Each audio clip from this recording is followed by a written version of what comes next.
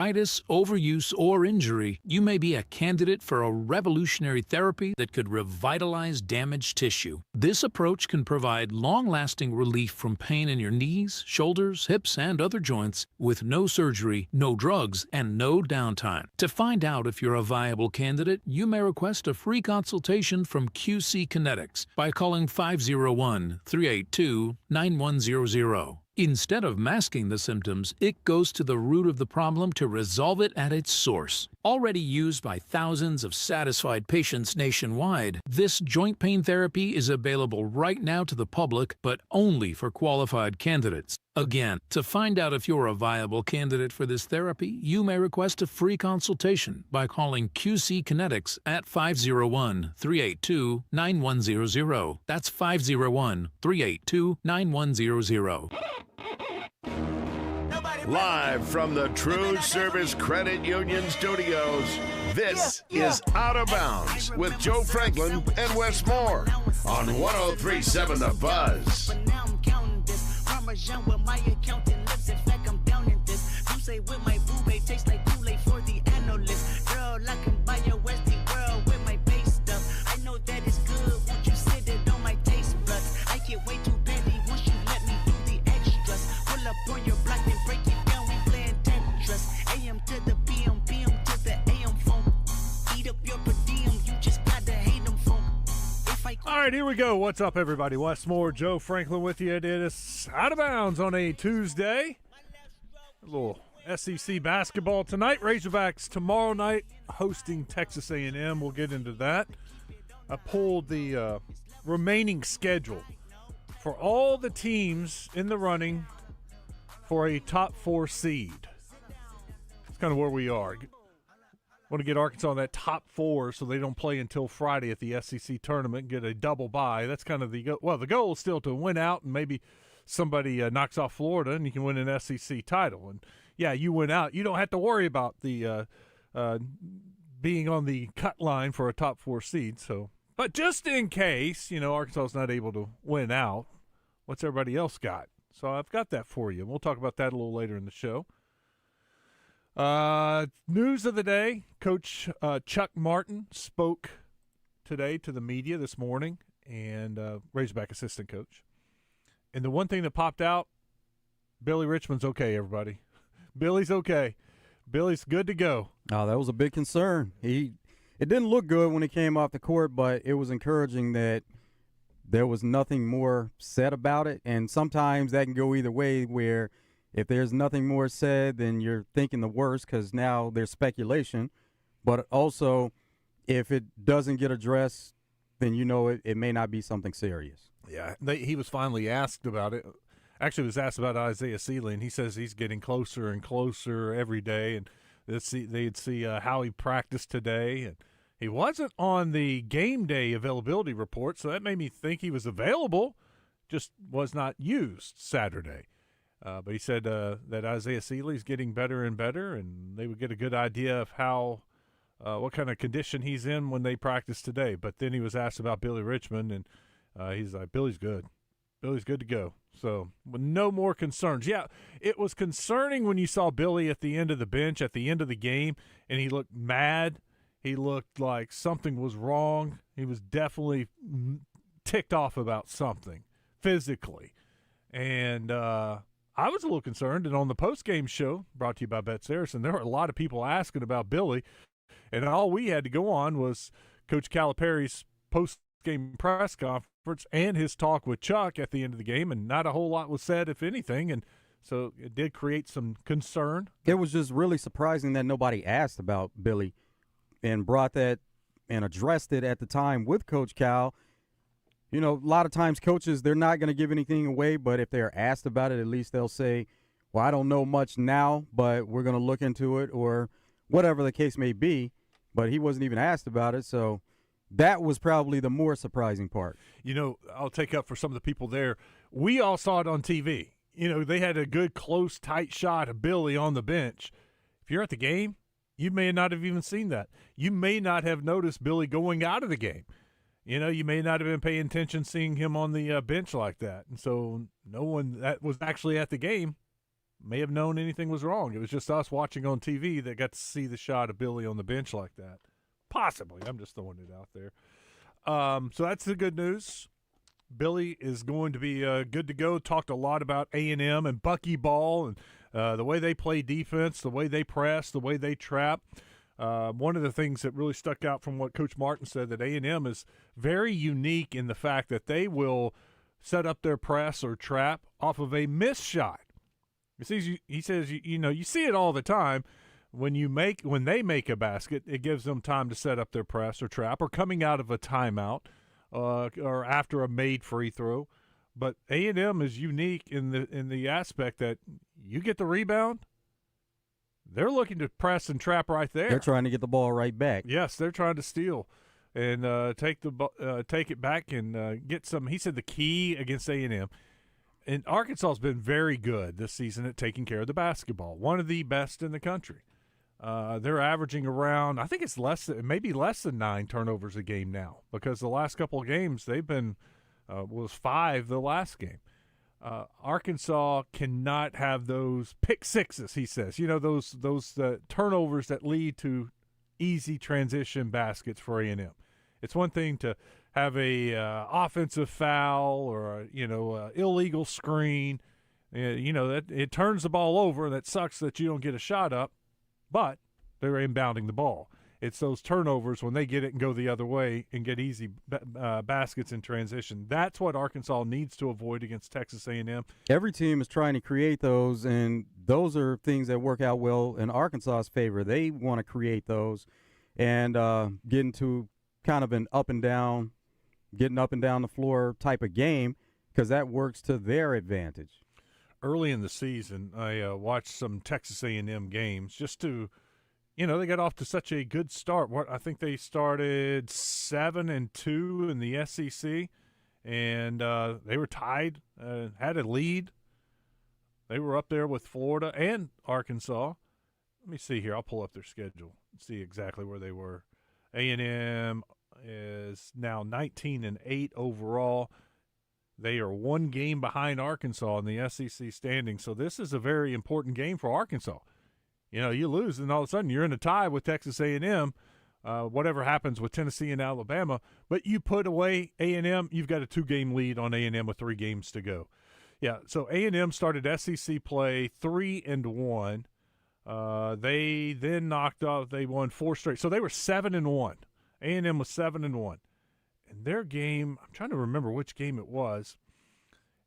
It was the Auburn game. At Auburn, they beat Auburn at Auburn 90-88. And they were trailing in this game by double digits.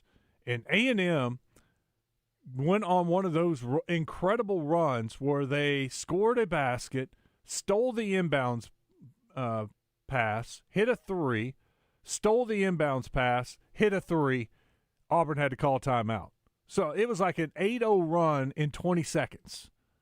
Basket, steal, 3, steal, 3, timeout. Auburn comes out of the timeout, and A&M gets another steal.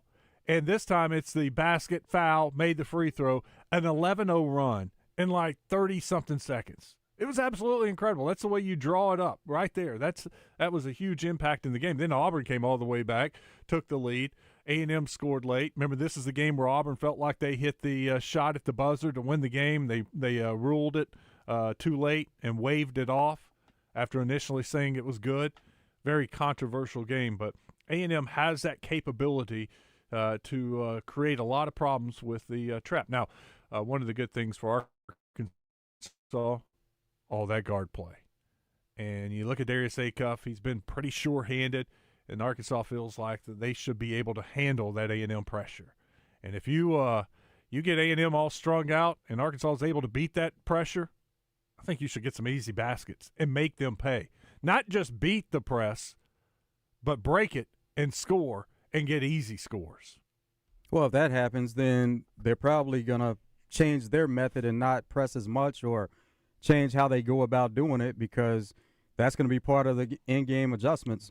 But it was pointed out on the broadcast that Arkansas has no problems with press. They have no problems breaking that press. Now, you pointed out the fact that A&M does it in a different way. That could present some problems early, but coaches can get on top of that, and then players can adjust to it during the game also. Yeah, that'll be Arkansas's goal, I'm sure, is to make them pay, and then they stop. They realize they can't do this anymore. It's going to cost them the game.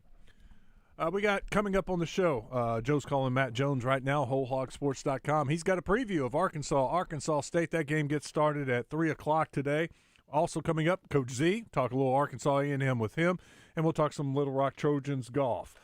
Over on the Middleton Eaton Air text line, A&M seems to play more happy and lighthearted under the new coach.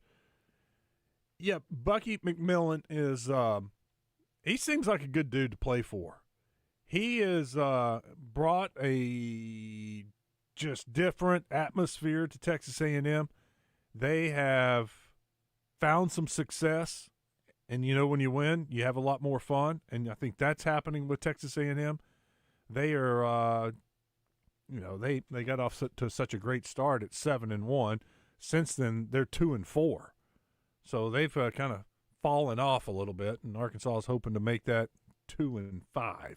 Let's talk a little baseball now. Matt Jones, WholeHogSports.com, joined us. We got Arkansas State at 3. What's up, Matt? How are you? Hey, Wes, I'm sitting outside the stadium looking at my entrance right now. That's awesome. Hey, so the A-State Arkansas game, has it lost a little flair, or is there still some excitement of playing the in-state games? I mean, I don't think it's any more or less so than it was when they started this back about 5 or 6 years ago.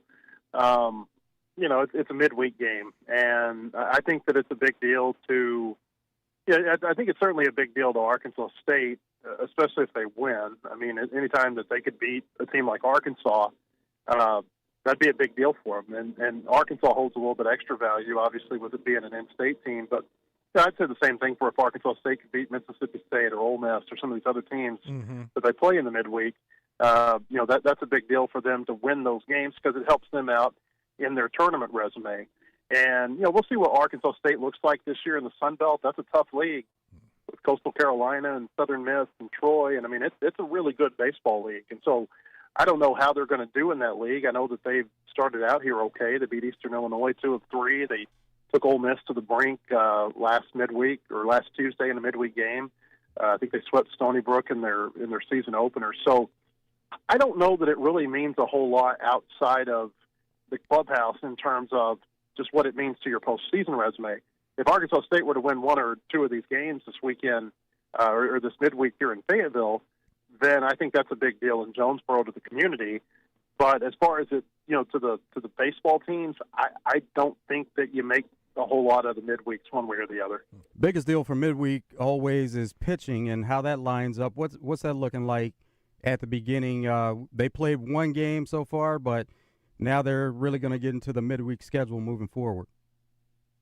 Yeah, so today the pitching matchup, at least the starting pitchers, are Peyton Lee, who's from Maumelle. He's a freshman right-hander for the Razorbacks. He's going to start, and then for Arkansas State, they're going to start a sophomore right-hander named Andrew Allen, who hasn't pitched a whole lot for them. I think he's had a couple of times where he's come out of the bullpen in pretty high leverage situations. In fact, he's the one who took the loss against Ole Miss last week. Came in the 9th inning, walked a guy. I think they hit a single. Guy goes first to third, and they went on a sac fly. That was the second out of the inning. And so that's who's going to get the start for Arkansas State. I think both teams are going to throw a ton of pitchers. And that's one of the reasons that midweek games can be so unpredictable is because, I mean, these are development games for players. And you're trying to get, if you're Arkansas, you've thrown 13 pitchers at this point, and 7 of them have only pitched 1 time. There's some freshmen and some newcomers, some junior college transfers who are in here who they haven't had a chance to get on the mound yet. And they're going to get a chance to get on the mound the next couple of days. And so you really have to balance that developmental aspect of these games with the fact that you're trying to win every game you play. And that's what makes midweek games really hard to even forecast how they're going to go. Sometimes, they'll end up being a big blowout, and sometimes they'll end up being a big upset. Arkansas's midweeks look a little different this year. Usually they'll play 2 games on a Tuesday, Wednesday, but for the most part, they're playing a lot of 1 game during midweek. How do you think that affects the schedule? Yeah, well, so the reason they're doing that is because they've got a couple of instances where they were able to get 4-game weekends. For instance, in Arlington last week, they played 4 games, and they did that because they wanted to, you never know what the weather's going to be like this time of year, and you know that you're going to be able to get a game inside that domed stadium in Arlington. And so that happened, and then Stetson will come in here next weekend, not this coming weekend, but the next, and they'll actually stay over for a 4th game on Monday. And so that's why it looks a little bit different. I think it makes it easier to schedule, honestly, because some of those teams, they're looking for games too, and certainly they're having to battle the weather. And I think that if you can, especially late in the year, if you're only looking for 1 game in the midweek as opposed to 2, it's a lot easier to schedule. There's a couple of times this year where they'll play on a Monday, and you just kind of treat that like a Tuesday game. So it's different because you're playing it in consecutive days. You're stacking it on the end of the weekend, but at the same time, you're still kind of playing the same number of midweek games as you would every other year. We got Matt Jones with us, WholeHogSports.com on the D3 Auto Sales Hotline. Yesterday we had Steel Leaves on, and he said the bullpen was locked and ready to go after Sunday's outing. So he felt like pitching was in great shape for this week, these 2 midweek games. Yeah, I think so too. Like I said, they only had to use 6 pitchers against Xavier over the weekend because of what Colin Fisher did on Sunday. And it's not just him. Gabe Gackle had a good outing on Friday, gave him 5 innings, and then Cole Gibler gave him 4 innings out of the bullpen. Saturday, Hunter Dietz, he had a pretty good outing, and then they only had to use 2 relievers, Steel Eves, who you mentioned, and Parker Coyle. And then they didn't have to use a reliever on Sunday, even though they had a couple up in the bullpen at various times, late in that game. But yeah, I think they're in good shape in terms of, you got to use a lot of arms in these double midweek settings.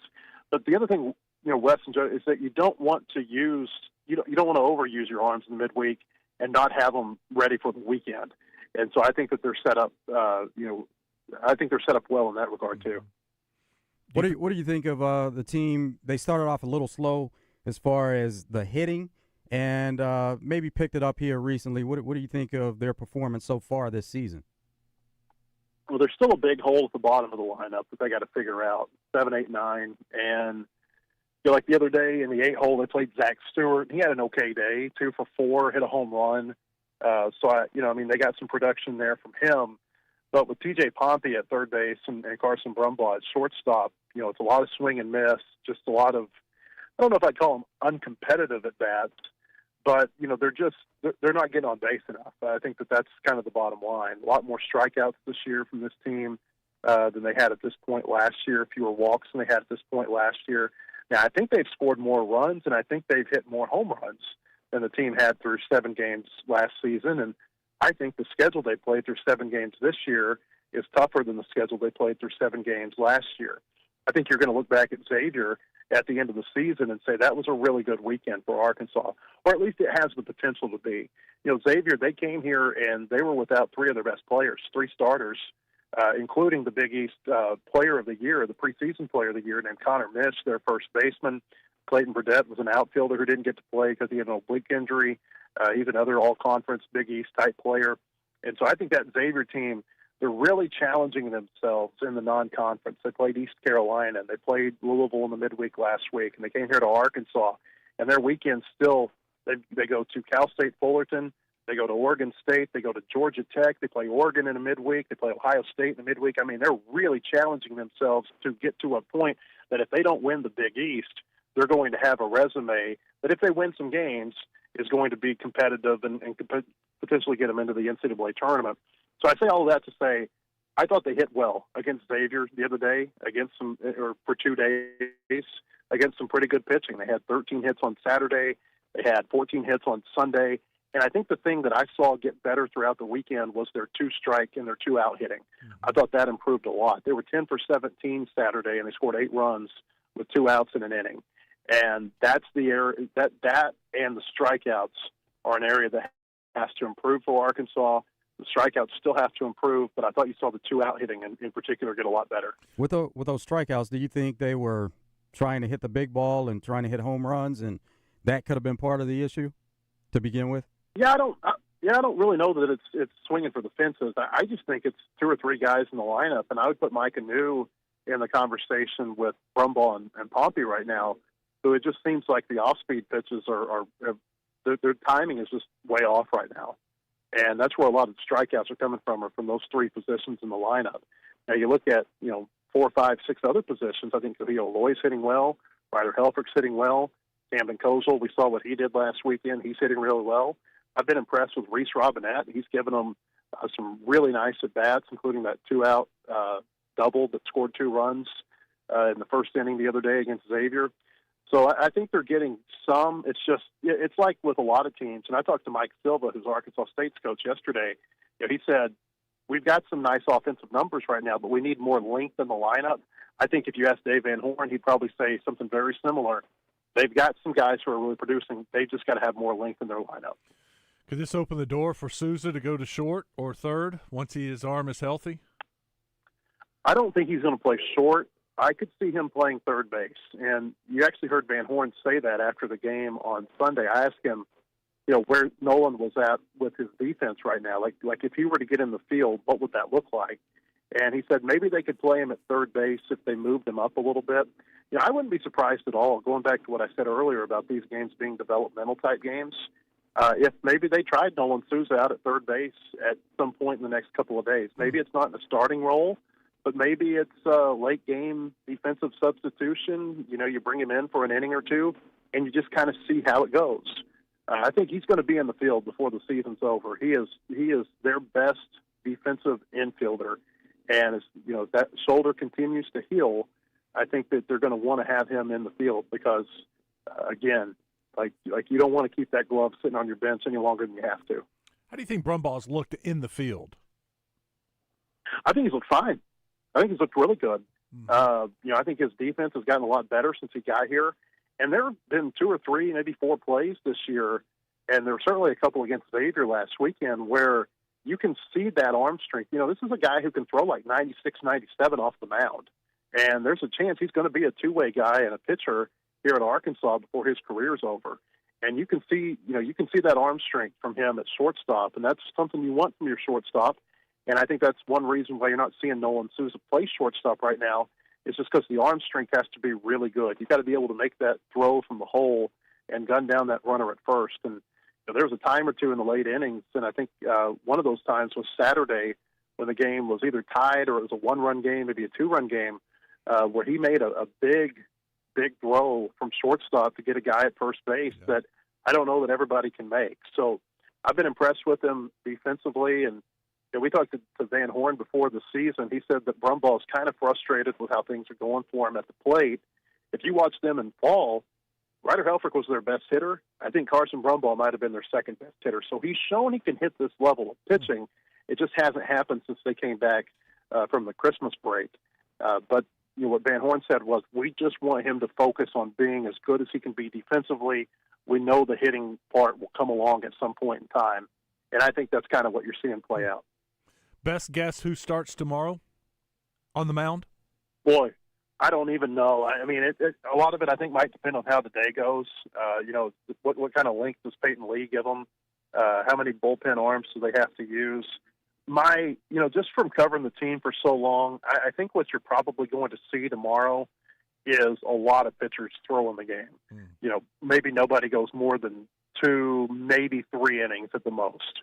And so I think that, regardless of who starts the game tomorrow, I think it's going to turn into a bullpen game on both sides. Matt, thanks. Enjoy the game. We will talk to you soon. All right, appreciate it, guys. Have a good afternoon. Matt Jones, WholeHogSports.com, joining us on the D3 Auto Sales Hotline. Good way to get the day started. Coming up next, we'll open up the phone lines, let you jump in here. 661-1037. We're talking Diamond Hogs. We're talking Razorback basketball. Stick around. This is Out of Bounds.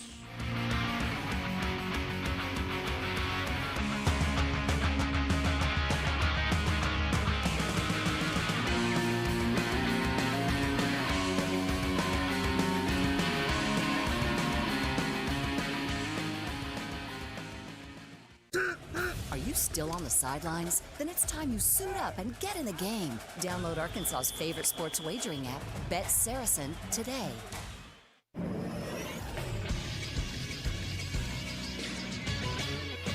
This is Sports The Center. University of Arkansas softball team moved up in 3 of the 4 major polls released Monday and held steady in the 4th. Arkansas's best ranking is in the Softball America poll, where the Razorbacks moved from number 7 to number 5. The Razorbacks moved from number 11 to number 8 in both the ESPN.com USA softball poll and the USA Today coaches poll. The Hogs held steady at number 7 in the D1softball.com poll. Moving to football, the NFL Competition Committee is discussing the possibility of allowing replay officials to throw flags for specific penalties. NFL Executive Vice President of Football Operations Troy Vincent expressed hesitation on the idea Monday, but said the league could implement it slowly just to see how it goes. I'm Todd Pierce for the Buzz Radio Network. Pat Bradley joins Randy and Rick on Drive Time Sports each week, courtesy of Razorback Camper Sales in Hot Springs.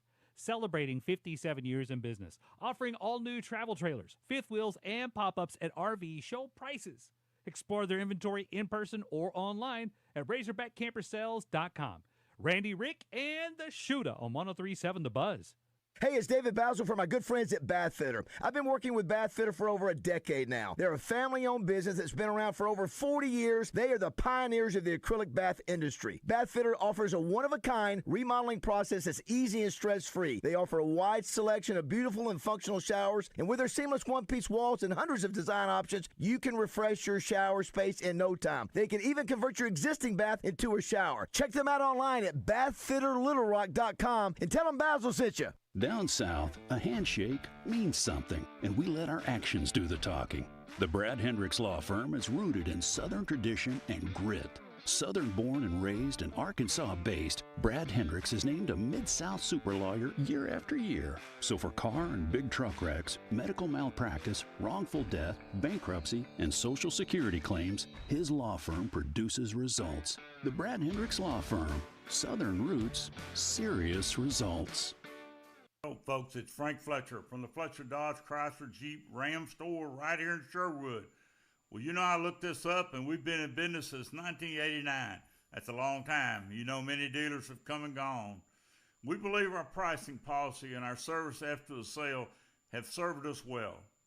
As you know, folks, we post our sale prices, which we call green tags, right on the windshield.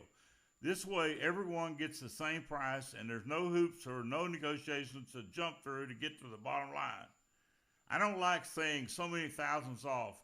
That's very confusing. Off of what? And does that affect my interest rate? So I like to keep things simple.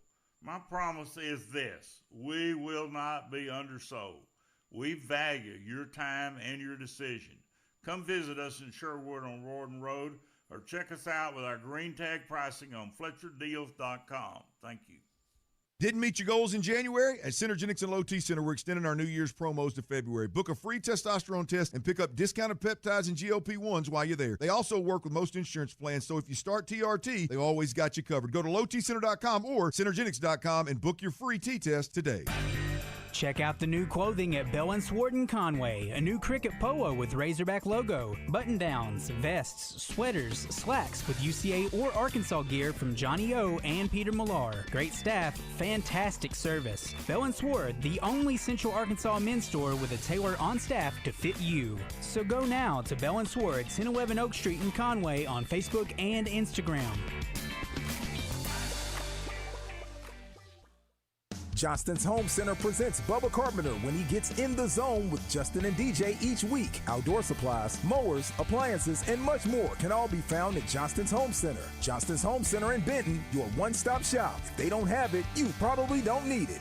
Out of Bounds on 103.7 The Buzz. Live from the TruService Credit Union studios. TruService Credit Union. Membership has its rewards with low-rate auto loans, competitive mortgages, and one of the lowest interest rate credit cards in the nation. TruService Credit Union. Online at TruService.net.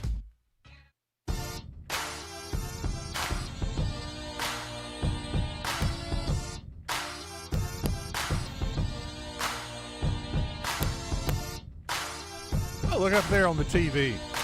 Got Mel Kiper talking about Taylor Green. Has him as his 8th-ranked quarterback. Thought it was odd. I look up and see Razorback football highlights on the TV, and I'm like, wait, what channel am I on? I was like, well, it's ESPN. That's weird. And then they put up the banner. Taylon Green, Mel Kiper's 8th-ranked quarterback. I saw a tweet from Joe Shad. He listed 4 quarterbacks. And he was, obviously targeting the Miami fan base. He covers the Miami Dolphins. I think it's the Miami Herald. And he asked, which of these 4 quarterbacks are you most interested in seeing at the NFL Combine? And Taylon Green was one of the 4 he mentioned. And when I voted, it was like, and he showed it later with the headline, America, 4 quarterbacks, 25% each. It was dead tied. Oh, that's funny. There you go. Taylon Green getting a little love. Combine about to start up. Is today the first day? Tomorrow. They have the team execs. They're speaking today, so you're going to hear from GMs, I think some coaches. But as far as the players working out, it gets started later. Okay. I knew it was this week at some point. I was meaning to text Fernando. Just wish him good luck. All right, I said we'll take some phone calls in this segment. 661-1037. We got Terry in Pine Bluff. What's up, Terry? Hey, what's going on, man? Look here. I called earlier because I had just gotten off work and I had to go to sleep. I want to know, and this is a basketball question, why aren't we starting, why not starting, but why we don't see the 7-footer? Number, I believe he's 15. The guy we don't even know his name? Elmir Joffich. I can't say his name. That's why I ain't going to even say it. Elmir why Joffich. we not seeing this kid at all? I guess they don't think he's ready. And here's the part of the problem. And we talked about this during the Alabama game or after the Alabama game. Alabama runs nothing but a lot of pick and rolls.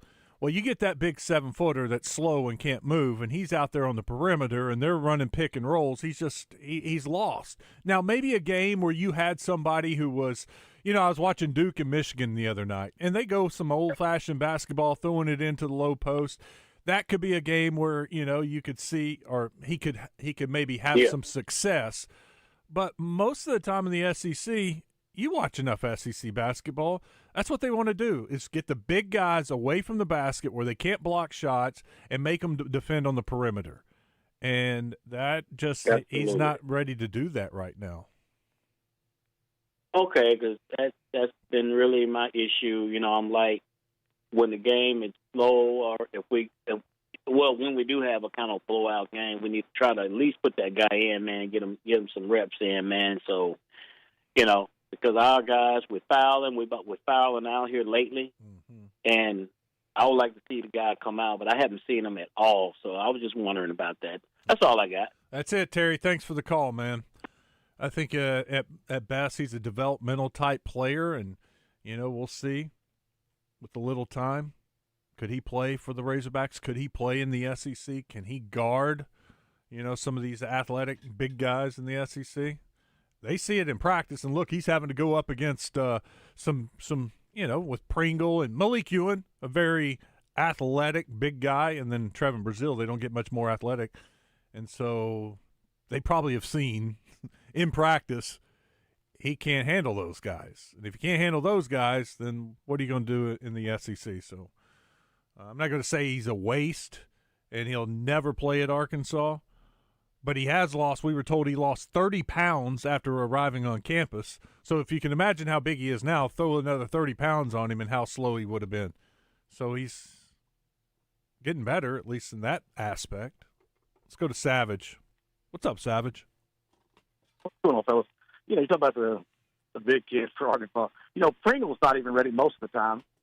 So they can't play that kid. He's not ready. Some of the starters we have, they don't rebound, they don't box out. That kid's just not ready.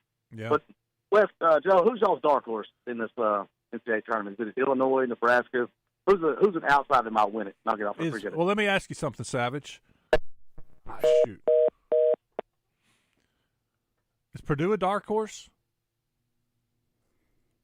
Yeah, they would be. Okay. They would be. That would be my pick. Houston's not a dark horse. How about UNC? Yes. We've seen UNC string it together in the past and really like their coach and what he's able to do with the players and get the most out of them. So I'd say UNC. I watched them last night, Joe. I mean, they played well without their star, and their other guys are stepping up, and they played well last night. In fact, that's why I tuned in, because I had them in my mind on upset alert, trying to play without their star, and they played really well. And they're ranked, in the teens. So I think, they're blue blood, and so some people may say that's not an upset pick, but I think this year that they would be, and especially with losing their best player. Savage, how about with your boy, Darren Peterson, Kansas? Because he can heat up if he's in the game. Yeah. Don't you think come tournament time, it's full throttle for him? Like there's no more of this mess, right? It's tournament time. You're going 30-something minutes. Well, it just depends on how his body feels. But as you get later in the season, then you should be more conditioned. You've been through a full season. So, but it just depends on how he's feeling at the time. Mm-hmm. It's up in the air. Go over to the Middleton Heat and Air text line.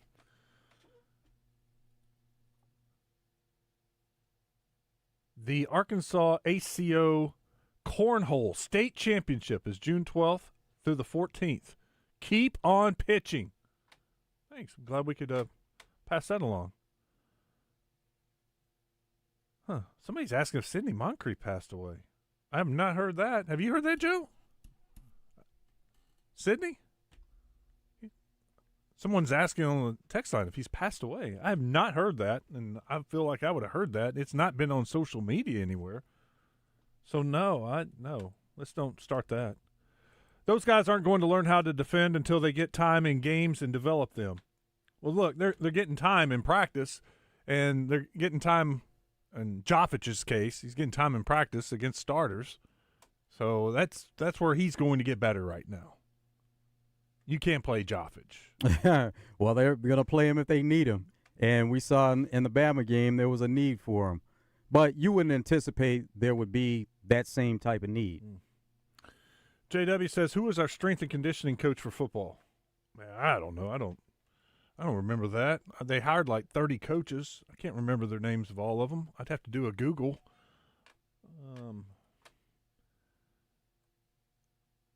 Savage. My bad for hanging up, Wes.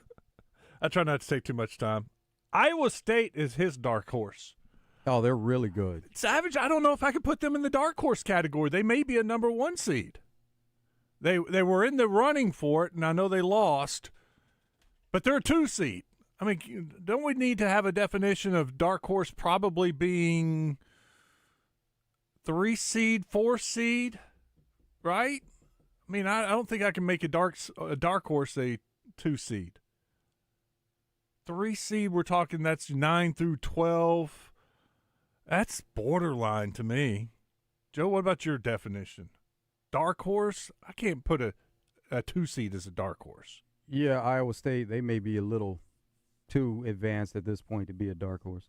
But they're not Duke, Michigan, so Arizona. I don't know. They're kind of right there. They may be on the borderline of being a dark horse. They're really good, yeah, but they're not one of the ones you name right away. Not one of probably the top. They may be in the top 5 if you started naming teams you felt like had a great chance of winning. Well, last Saturday when the committee met and had their initial rankings, I think it was Iowa State 4, Houston 5, or vice versa. So it was like 4 or 5. UConn with their loss. Now they're back up, could have a chance with the losses in front of them. I can't make UConn a dark horse. I mean, to me, they're a 2 seed. Let's go to Joey. What's up, Joey? Hey, guys. I don't know. I think if Florida can win out, I don't see why they can't get a 1 seed. Yeah, they got them all the way up to number. They got them all the way up to number 7, and Houston lost again. Yeah, they'd be in the running for it for sure. Gosh, as good as they're playing, I mean, nobody's even coming close to them right now.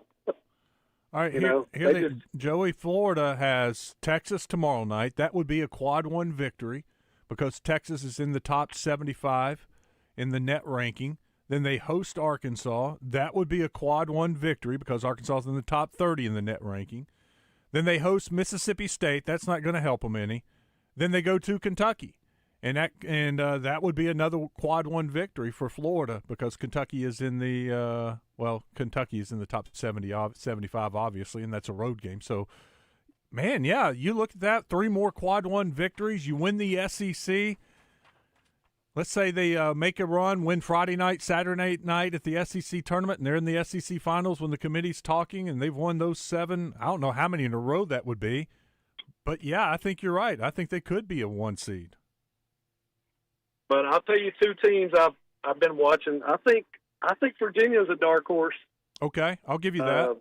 They're going to be the number 2 seed coming out of the ACC, but I'll tell you what, they look really good. And a team that we usually talk about but aren't talking about right now, Gonzaga. Yeah. They're just slowly winning their games, not being talked about, but they still got a good squad. So that's 2 of my dark horses kind of right there. They'll be like a maybe one might stick into the 2, but like a 3 or 4. But I was watching First Take today. Mel Kiper had Talon in his top 6 quarterbacks. Number 5. He said the reason why he doesn't have him as a top 3 is just the inconsistency. Yeah. But he said he's got all the tools, the size, the speed. He was comparing him to Cam Newton and, a couple of these other guys. So if he does good at the combine, we might see him getting drafted kind of a 3rd or 4th round maybe. Well, we always thought that his speed and athleticism would be a huge help at the combine, and now's where he's got a chance to make a little money. How many other guys are at the combine? Do you know a list of the guys that we have up there? It's the same 6 that went to the Senior Bowl. Okay, so they did get to go up there. I wasn't sure if all of them got to go or not. Yep, they all 6 got the invite. They were hoping a couple more that that played in some other games would get an invite, but it was it turned out to be the same 6 that went to the Senior Bowl. Well, good deal. Well, that's all I got, guys. I appreciate y'all. Thanks, Joey. Thank you, Joey. Florida's won 7 straight games. Stretch it out, they've won 12 out of 13. So if they could finish with 4 more and finish on an 11-game winning streak with 3 more quad 1 victories, a net ranking of 7 right now, yeah, I think they're in the conversation of getting a 1 seed. And then not that tournament changes much, but just say that they win the regular season SEC, and then they go on to win SEC tournament. Mm-hmm. That boosts them just maybe a little bit more. If they were a 2, depending on what happens with other teams around the country, that could vault them into a 1. Yep. It may be a case, if Florida keeps winning, you get the winner of the Big Ten, winner of the Big 12, winner of the SEC. That's 3 of your 4. And then the second best out of the Big 12 or Big 10. Oh, no, ACC, Duke. That could be it. It could be your 4 number 1 seeds right there. Whoever survives, it looks like what? Well, no, you got Arizona. You got to deal with Arizona and who else? Houston, but they've fallen off. Iowa State, man, that Big 12's loaded. It is so good, but the Big 10 is too. 2 good ones. Savage says Nebraska or Miami of Ohio a dark horse. Yes. Yes. Oh yeah. Both. In fact, when you asked me, I almost said Nebraska. But they have fallen off a little bit. Not much, just a little bit. All right, let's take a break here. More calls when we come back, 661-1037. We will also – what happened? There it goes. Take a look at this remaining schedule for the teams competing for the SEC title and the top 4 seeds that get a double bye, including Arkansas. But you know Arkansas' schedule. But some of the teams they're fighting against to stay in that top 4, we'll look at their remaining schedule. Stick around. It's Out of Bounds.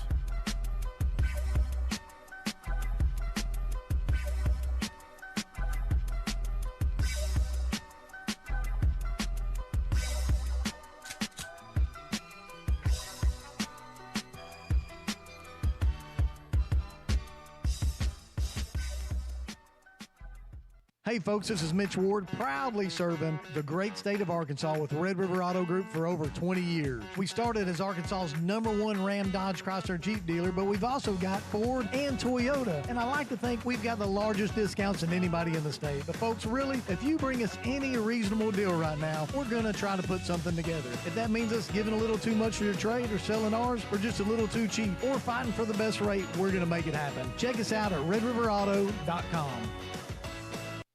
Are you 50 or older? This news is for you. The CDC recommends you get vaccinated against pneumococcal pneumonia. Even if you're healthy, your age puts you at risk. People 50 or older are over 6 times more likely to be hospitalized with pneumococcal pneumonia compared to adults 18 to 49. Just one shot can help protect you. Learn more and schedule at vaxassist.com. That's VAXassist.com. Sponsored by Pfizer. Wendy's has a new Girl Scout Thin Mints Frosty Fusion with Girl Scout Thin Mints cookie pieces, rich creamy frosty, and a mint chocolate cookie sauce. Which means Girl Scout Thin Mints and Wendy's Frosty, yeah, they're basically best friends now. It's like 2 delicious desserts just high-fived, snapped a few too many friendship selfies, and then rode a tandem bike down a never-ending road of mint chocolate frosty perfection. So, swing by Wendy's and try the new Thin Mints Frosty Fusion. Limited time only at participating U.S. Wendy's. They want a break. You need a break. We have the solution. This spring break, Arkansas State Parks offer just about any kind of experience you could imagine. Outdoor adventures that put you in a kayak, on a mountain bike, beside a waterfall, or immersed in Arkansas history you've only read about. Or slow it down. Put your feet up by the fire at a lodge and take in scenic views that help you reset and recharge this spring. Affordable and easy spring getaways are waiting. Plan yours at arkansasstateparks.com. When second's making a play, short's got to cover. A winning insurance strategy doesn't rely on one person. Good hustle, good hustle. Communicate with your guys and make sure everyone's in the right coverage. It takes a team that knows its roles well, working together to provide an exceptional experience. Set the screen. You have to protect yourself. 1, 2, 3, Wildcat! At Shelter Insurance, you can count on our local agents and award-winning customer service to help you protect what matters most. For auto, home, life, or business insurance, see Shelter Agent Stephen Elmore or give him a call at 501-537-0959. Winter is here. When the temperature drops, so does your truck's performance. Avoid fuel gelling by using Hot Shot Secret's EDT Plus Winter Defense, a 7-in-1 fuel booster and anti-gel that improves cold weather performance. The 7-point cetane boost decreases DPF regens and increases fuel economy. Be confident that your engine is running smoothly and trouble-free, even in the coldest temperatures. Hot Shot Secret EDT Plus Winter Defense, available at Pilot Flying J, Amazon, O'Reilly Auto Parts, and HotShotSecret.com. Hot Shot Secret, powered by science. Meet Lee Platts, a renter whose possessions fill not only her apartment, but also the darkest corners of a mini storage unit. A land of both truth and fiction. Truth, everything inside is protected by Progressive. Fiction, one day Lee will fit into her clothes from senior year of high school. Renters, discover coverage for what you love and what you can't get rid of in Progressive's Protection Zone. Get a quote at Progressive.com. Progressive Casualty Insurance Company affiliates and third-party insurers. Superstars Joe Klein and Pat Bradley for Arkansas's #1 sports app, Bet Saracen. Joe, you know the main difference between Bet Saracen and those other guys? Definitely. Easier to navigate. Always good parlays. Plus, lots of fun choices. Like ping pong. Right there on the app. But the real difference are those special promos. Get $250 on us with your first $25 wager. Gambling problem? Call 800-GAMBLER. Out of bounds on 103.7 The Buzz. Live from the TruService Credit Union Studios. Online at TruService.net.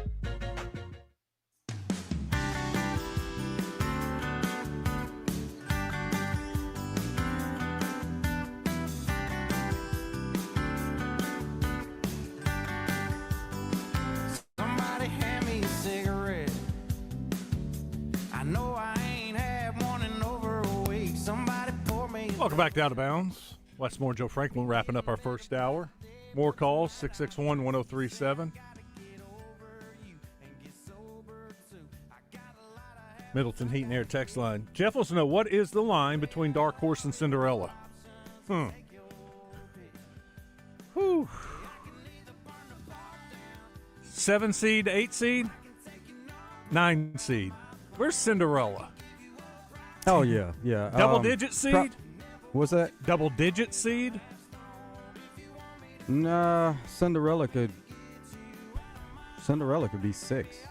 A 5, possibly. I would not put Arkansas as a Cinderella.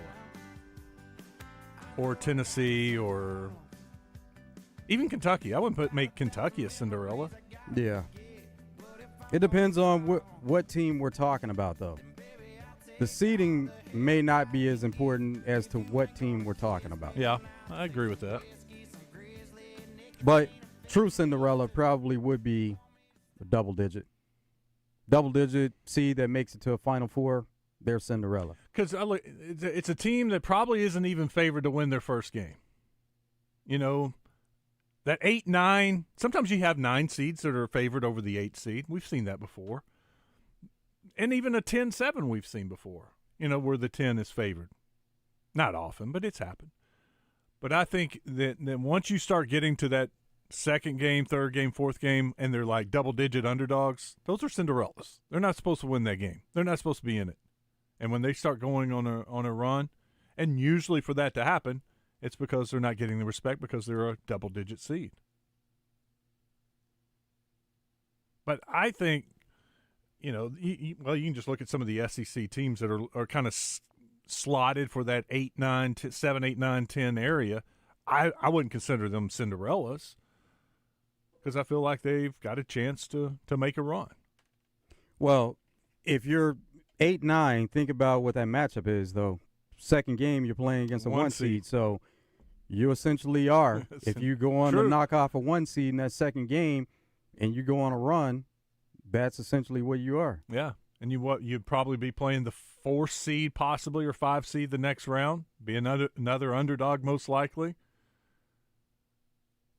But you're right, too. Kentucky did that a few years ago when Wichita State was a number 1 seed.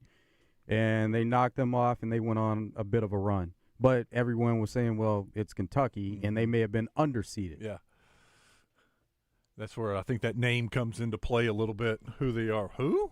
The people are at home asking, who? What league do they play in? What are they doing? How did they win that game?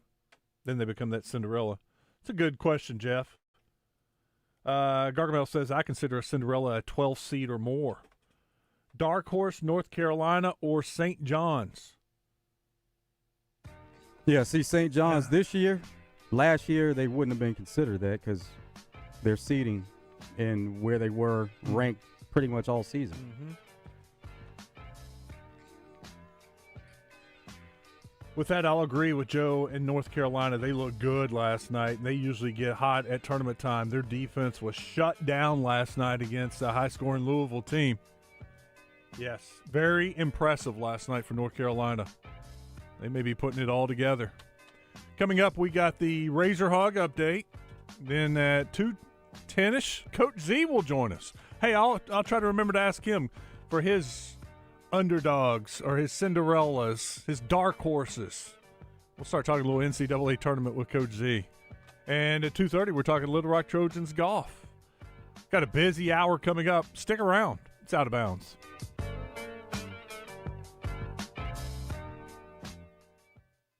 Experience the unmistakable difference today at D3 Auto Sales in Des Arc or West Memphis. D3 Auto Sales is your home for quality used trucks, SUVs, and cars from all top brands, specializing in unique customized lifted and leveled used trucks, including 4-wheel drives. And this commitment to excellence extends to their full-service 10-bay service department as well. Also, looking to trade in or sell your vehicle? D3 Auto Sales pays top dollar for your pre-owned vehicle. D3AutoSales.com.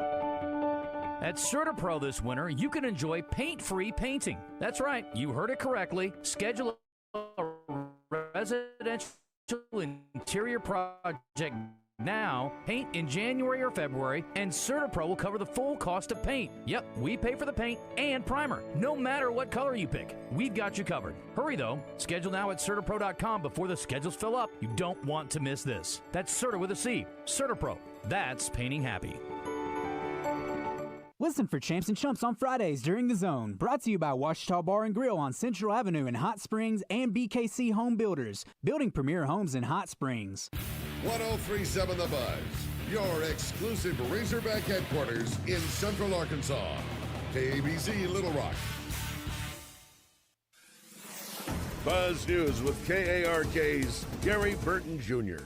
Arkansas farmers hit hard by January's winter storm can get some help from the federal government. The USDA is offering technical and financial help to farmers and livestock producers. Officials say producers who had livestock deaths above the normal mortality level or forced to sell at a reduced price could be eligible to apply.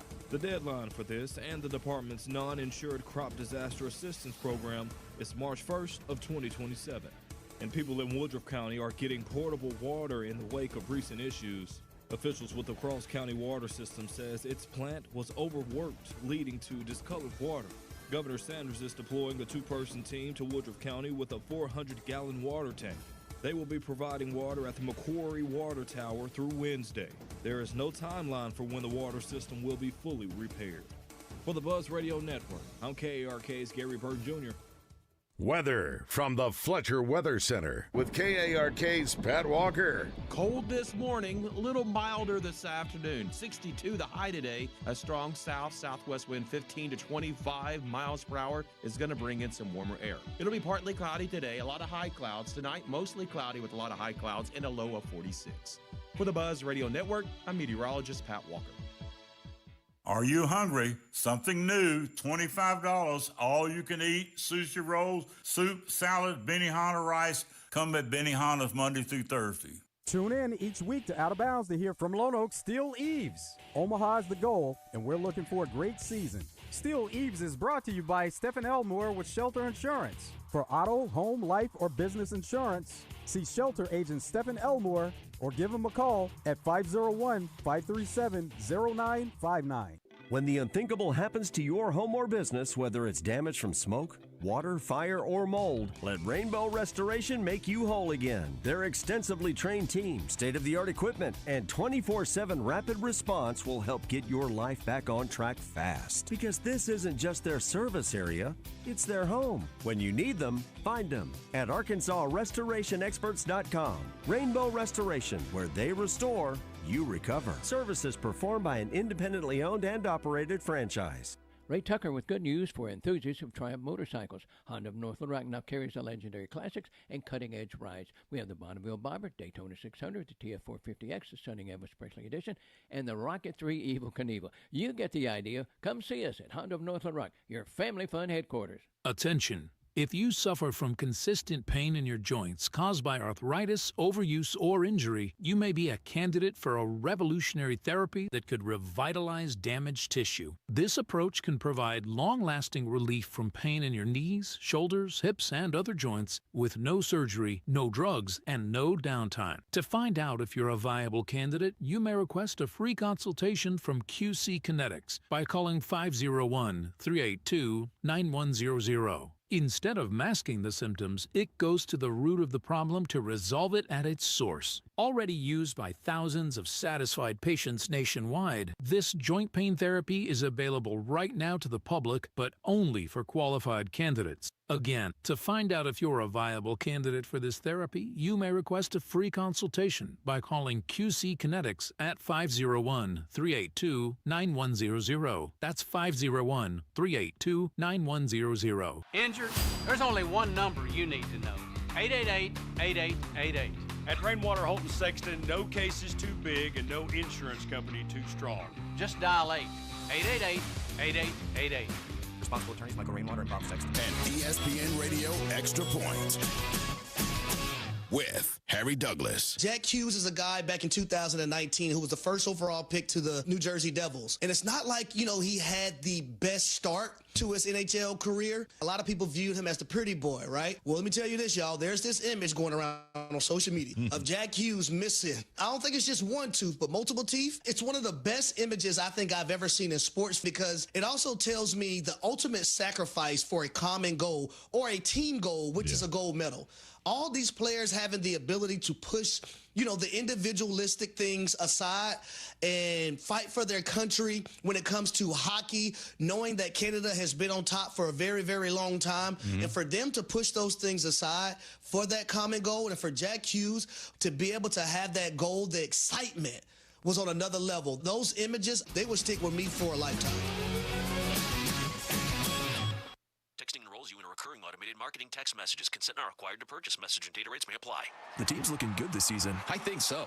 Man, I miss playing football. Ever since I turned 40, I just can't find that fire I used to have. Think it could be lower testosterone? What do you mean? I was feeling the same way. After 40, the body has less testosterone, and men lose their edge. That's why I take Nugenix Total T2. That's the testosterone booster, right? Yes, but Total T2 is their brand new formula that skyrockets nitric oxide levels in as little as 3 hours. Since I started taking it, I've been lifting like when we played for Coach Carter. My energy is way up, and it even spiced up things between me and the missus. Are they still giving out complimentary bottles? Yep, just send a text. Text AREA to 42424 for your complimentary bottle of Nugenix Total T2, the next generation testosterone booster. Text now and we'll include a bottle of Nugenix Thermo X, our newest, most powerful fat burner ever, absolutely free. Text AREA to 42424. That's AREA to 42424. These statements have not been evaluated by the FDA. This product is not intended to diagnose, treat, cure, or prevent any disease. Live from the TruService Credit Union Studios, this is Out of Bounds with Wes Moore and Joe Franklin on 103.7 The Buzz.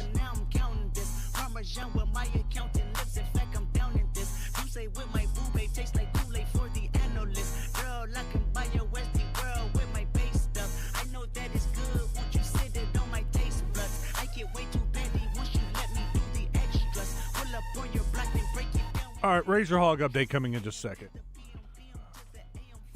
I got to get on the soapbox.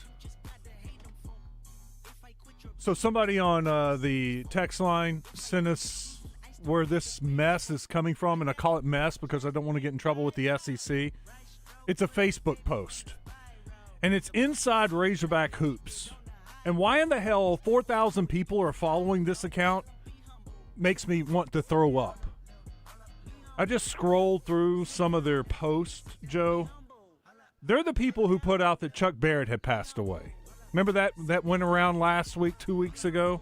Yeah, there was confusion on that because there was a guy named Chuck Barrett that passed away at that time. Well, they put out a story with Chuck Barrett's picture. Exactly, so automatically they associated with Chuck Barrett.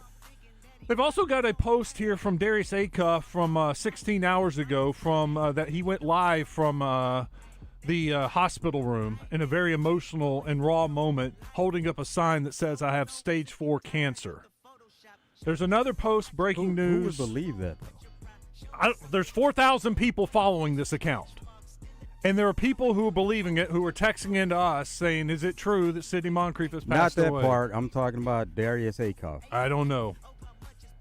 And I clicked on this story of Super Sid, and there's so many people on there saying, gosh, I'm so sorry. I hate that. He was a legend.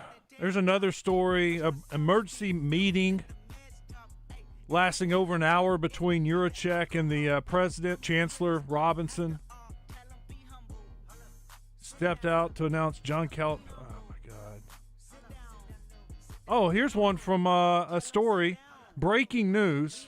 From John Calipari's wife, my husband is one of the toughest people I've ever known, but seeing him like that, scared, pale, and still trying to smile for us, broke me completely. We were lucky to get him help in time. Please keep praying for him and me because I haven't left his side for a second. Utterly disgusting, irresponsible, and please, people, look into it. Just because you see it on Facebook and you think it's a new, check and see. And if it's not somebody you know, just dismiss it. And report them. Report this mess. God. That's gross. Absolutely gross. Let's do the Razor Hog update. I'm going to know where I am.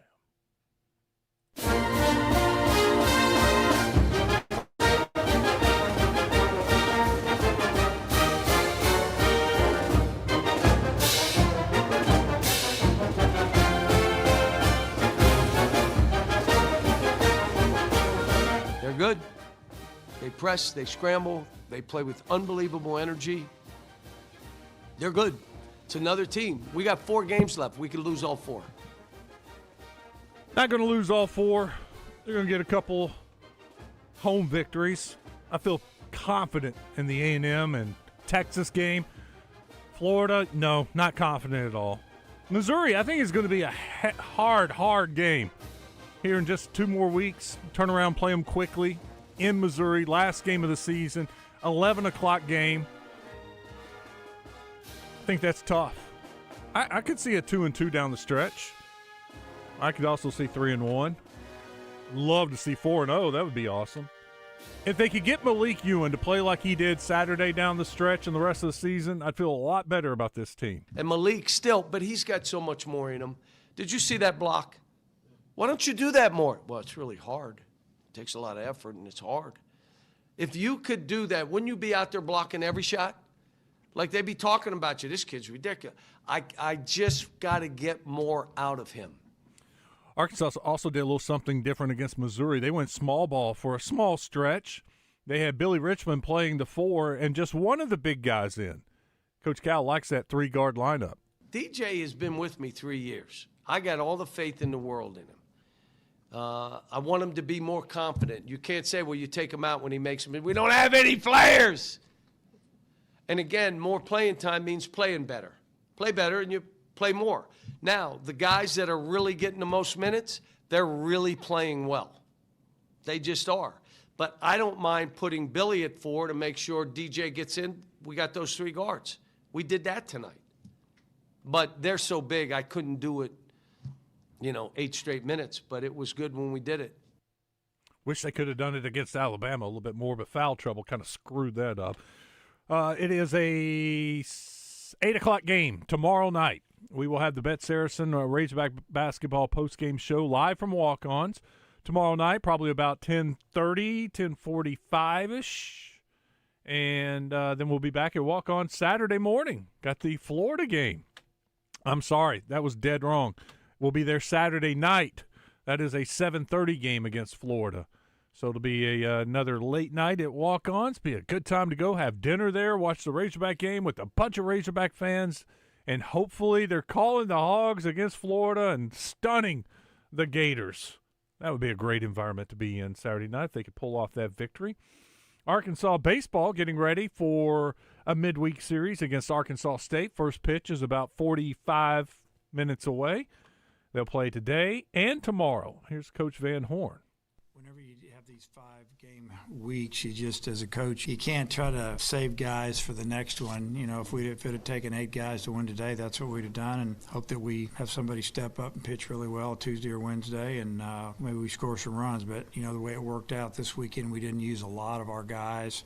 We've got some good arms over there that are really ready to roll, and they'll get out there Tuesday and Wednesday and see what happens. We don't know who we're going to start yet on Wednesday, but I imagine we'll go with Lee on Tuesday would be my guess. I don't want to ask you a whole lot about Arkansas State because you've been focused on this series, but generally speaking, it seems like their program's taken a step up here in the last year or two. Yeah. Your thoughts on what you've seen from year to year? I agree 100%. They're off to a pretty good start, and I see that they're scoring runs, and I don't know if they got a game in today or what's going on with that one, but I'm sure they'll be ready to play us. No doubt they'll be ready to play. Let's go to they got several Arkansas kids on that team, I noticed, just looking at the starting lineup, names that I recognize from high school baseball. Bring in Rick real quick. What's up, Rick? Hey, guys. It's good to talk to y'all. Y'all my guys and my favorite guys, even though I call in on other shows. But appreciate it, Rick. Good hearing from you. Hey, Cinderella. There's only one time I thought Arkansas was a Cinderella, and that's when U.S. Reed hit that shot against Louisville. And then most of the time, Cinderellas come not from the big conferences. They come from the little conferences. Mm-hmm. That's the reason we call them Cinderellas. Because they come from where nobody ever knows you and upset somebody. Do y'all agree with me or not?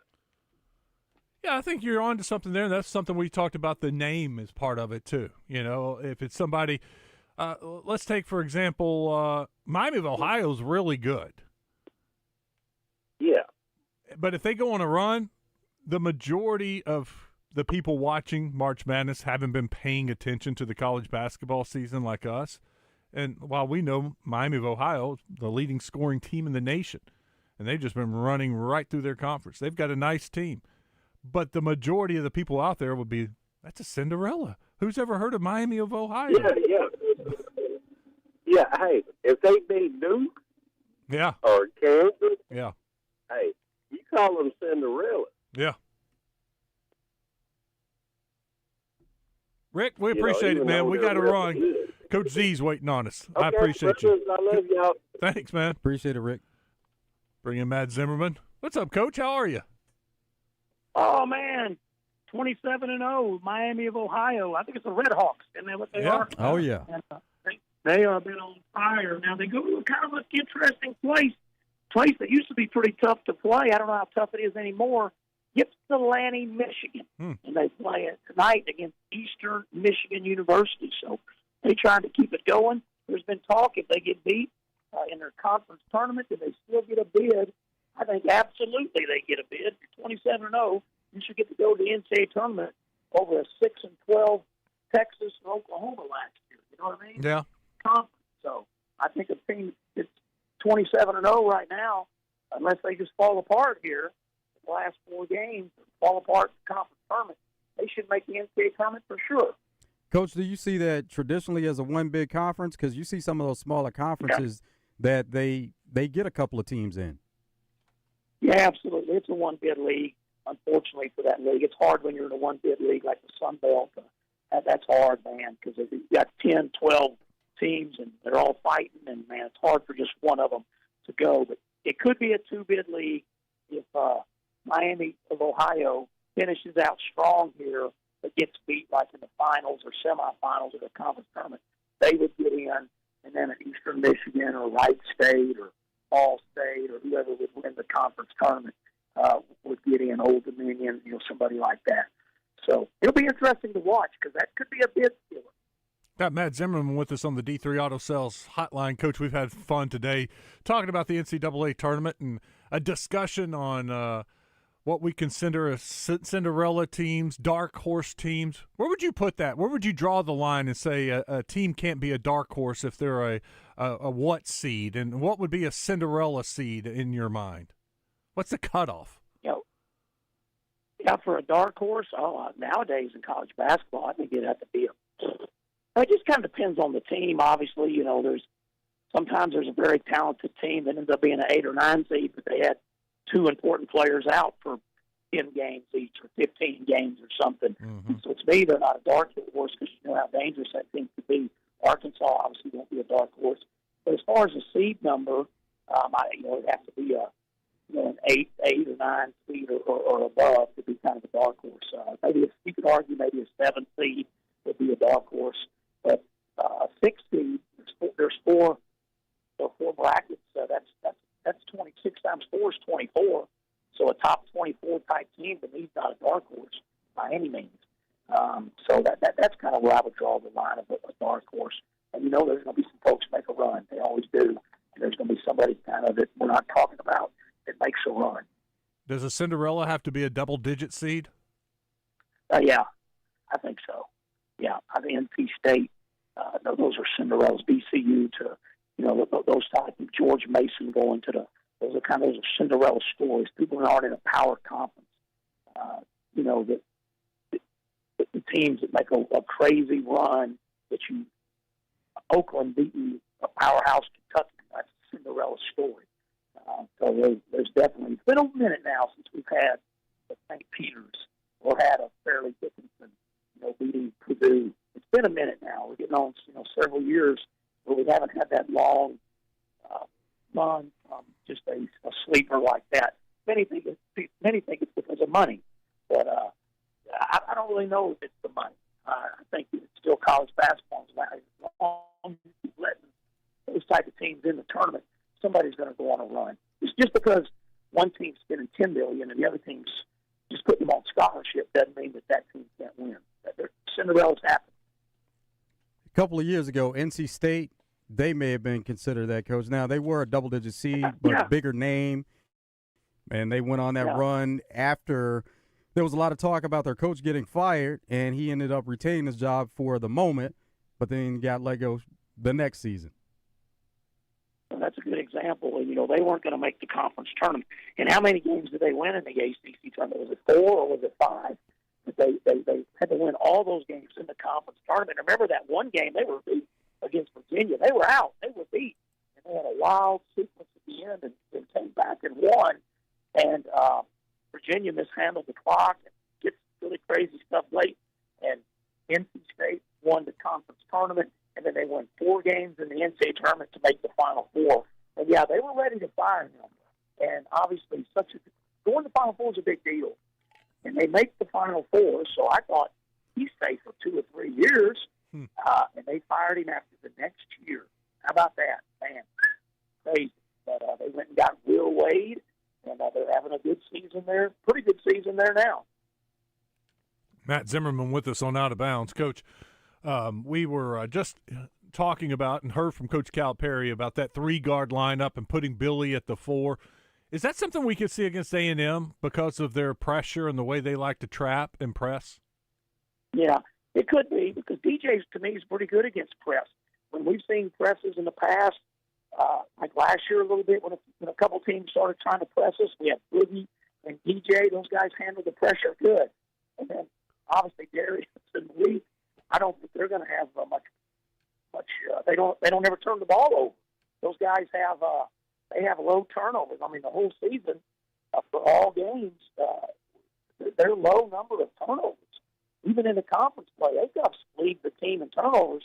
He's got 27. The second most turnovers, Ewan, with 18.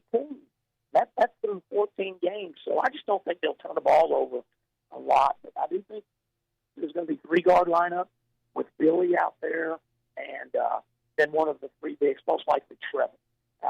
And so Trevin's going to play a lot. His minutes have gone up all season. The coach has fell in love with what Trevin can do. He's going to have him out there most of the game. And so the intangible ones are Malik Ewan and Nick Pringle. And we know from Nick's minutes in the conference that with his scoring issues, pretty good defense, but with scoring issues, Nick's at about 19 minutes a game in the league. So those minutes go to somewhere else. And when you take Carter out of the rotation, and in the conference games, I was with him the other day, and Carter was right at just a little bit of Nick, about 20 minutes a game. And so, someone's got to get those 20 minutes. And the benefactor of Carter being out the most has been Billy Richmond. Mm-hmm. Coach, outside of Akoff, who do you trust with the ball in their hands that are some of the better ball handlers on this team? Yeah, definitely Malik Thomas and DJ. Number 2, DJ, because he's pretty strong with the ball. He's a low turnover guy, too. And so Darius and DJ should handle the ball the most. Malik doesn't turn it over much at all, but every once in a while he can throw a wild pass. And he doesn't mind dribbling if it gets pressure. But he does have a little bit of a crossover sometimes that people can reach in there and touch the crossover on him if he gets going too fast. So, but mainly those 2 other guards. Who's the key to our press offense when the people have pressed us? Obviously the 2 guards, but Trevin Brazil, because they do a good job of working on getting him to the middle of the floor, breaking, not just standing there, but him breaking to the middle of the floor. And Darius and DJ and Malik are taught. They can totally, I'll sit there when they told them, you get any kind of problem, you look to the middle, here comes Trevin. And if you're throwing the ball to Trevin Brazil, are you throwing it low or are you throwing it high? You throw it high because he's most likely going to be the one to get it because of his great vertical at 6'11". And so get the ball to him in the middle of the floor. Trevin's been pretty good at catching it and hitting it back to a cutting guard, and he's been pretty good about throwing it down the floor. I mean, Trevin's played all these minutes this year, 31 minutes a game. He's only got 31 turnovers. And so he's averaging, just barely over, we played 27 games. He's barely over 1 turnover per game. He's playing 31 minutes. That's really good. That's much better from Trevin than we saw the first 3 years he was here. Coach, what do you like about A&M? What's going to give Arkansas problems? I like T.J. Cleveland. He's one of the favorite people in the world. I worked with him for 17 years. I argue with everybody. I've gotten into it with. I know I sound like a nice guy. I'm a little temper-driven sometimes, and I've gotten into an argument with everybody I know. I worked with TJ 17 years, and we never had a cross word. But with him at UAB, Missouri, and Arkansas, he was a very good player here. You know, when he left here, he was top 10 in assists and steals career. And, you know, he wasn't our greatest guard or one of our greatest guards, but he was a winner. And Mike Anderson's nephew, and I love that guy. He's an important assistant to Bucky McMillan. They're both Birmingham natives. And Bucky uses TJ a lot in dealing with that press. And they've got nobody else on their staff. Frank Hayes, those guys, they've never pressed. You know, the other assistants have never been a part of a relentless press attack. TJ has. He's lived it. And that's why he got hired by Bucky McMillan. And that's my favorite part about Texas A&M. As far as I love the press. I love people that press. I love traps. Personally, I think that A&M, talent-wise in our league, 16 teams, I think that, you know, that there's a lot of teams more talented than A&M. I love Rashawn Agee. He has had a great season for them. He's a good rebounder. When you look through, like, all the stats in the SEC, they don't have a player in, like, the top 20 of anything but Agee. He's up there. He's a great defensive rebounder. He's a good offensive rebounder. None of their stats jump out at you except for steals and effort things. Their assists are pretty good, and they just kind of grind you, and they fight, and they try to steal it, and they trap. Now, probably the worst, I came here with Missouri one time, and we had a very good team, and we lost in Bud Walton. It's hard to press and be aggressive in Bud Walton because you're just going to get some fouls. You know what I mean? You're going to, kind of the way Coach Richardson and Mike Anderson's teams benefited from playing in Bud Walton. The opponent trying to press and trap, Bud Walton's not a good place to go do that, you know. And so I think how the officials call it, Cal, I coached against Cal, we pressed and trapped. And I can just tell you that Rick Pitino did it a lot, Cal did it a lot. As soon as the ball was thrown up, he would start complaining to the refs about the calls. And because we were pressing and trapping and hacking and fouling a little bit, it was a very smart thing for him to do. And he would get on the officials about us fouling too much. And I bet he'll do that right off. You watch him. Whoever's in the game tomorrow, he'll get on them refs earlier than normal. Like Missouri not pressing, Missouri dropping back, nutshell, defense. He's not going to ride him as much. But in a game like this, where someone's trying to pressure, he's going to get on those officials. And I don't blame him. He's going to try to get into their mind about these guys are foul. What's Arkansas's best game plan against A&M? Is it to speed the game up? Because that's what Arkansas does well, getting up and down the floor. Yeah, we play pretty good fast. I think A&M's style will benefit Arkansas because I think that Darius and Malik and maybe even DJ, look for DJ's assist numbers to be better in this kind of game where he can beat somebody in a pressure situation and attack. But I think all three of those guards will have big games. And then one of those bigs, whether it's Trevin or maybe even Billy, they're going to catch a lot of lob dunks. They're going to catch some dunks. Malik Ewan, he's going to catch 2 or 3 lob dunks because they're going to beat the press. And those guards are going to attack. A&M's going to have to stop the guard attacking the basket after they beat the press, and it's going to be lobs. And I don't think A&M has seen a team that can catch lob dunks like these guys can. And so the guards should have they got to be strong with the ball. If they're not, they're going to turn it over. But they'll be motivated. Our staff has spent a lot of time yesterday and today. They were off Sunday, but yesterday and today trying to prepare this team for the press offense. And we got to press. They've got 3 press offenses in already before we play A&M. But working on those, shoring those up, and having the mentality, we got to take care of the ball. Coach, when do you find out who's officiating the game as a staff or a team? I find out the day of when I was an assistant coach, Wes. That's a great question. We had a site we could go to, and the SEC wouldn't normally post them until sometime in the afternoon or evening the day before the game. And you get on there and you print out the referee sheet. It's got a picture of all 3 of them, and you pretty much know all of them in the league anyway. And you take that now. Like my boss, Mike Anderson, he didn't want to know. And really, Coach Cal doesn't either. Coach Cal doesn't look at the referee stuff just right at tip time. Whereas our staff will know tonight. Usually for me, I'll get it the day of the game, in the morning sometime. I'll find out who's the referees. And so I'll know. I never go to the game not knowing who the referees are. I already know.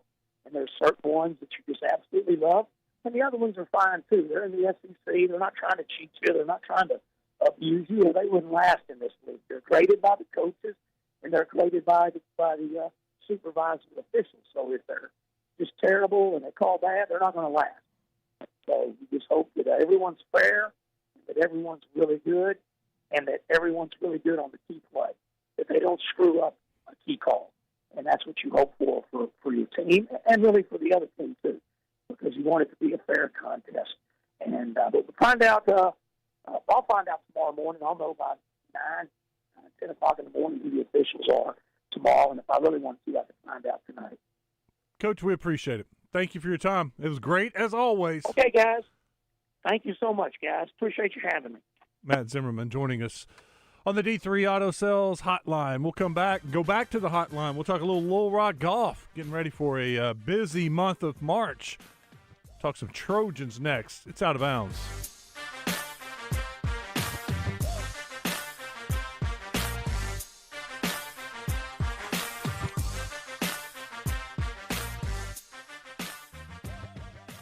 Join David and Roger in Sherwood this Friday, bringing Morning Mayhem to Fletcher Dodge Chrysler Jeep. Shop end-of-month deals in person or online at FletcherDodgeChryslerJeep.com.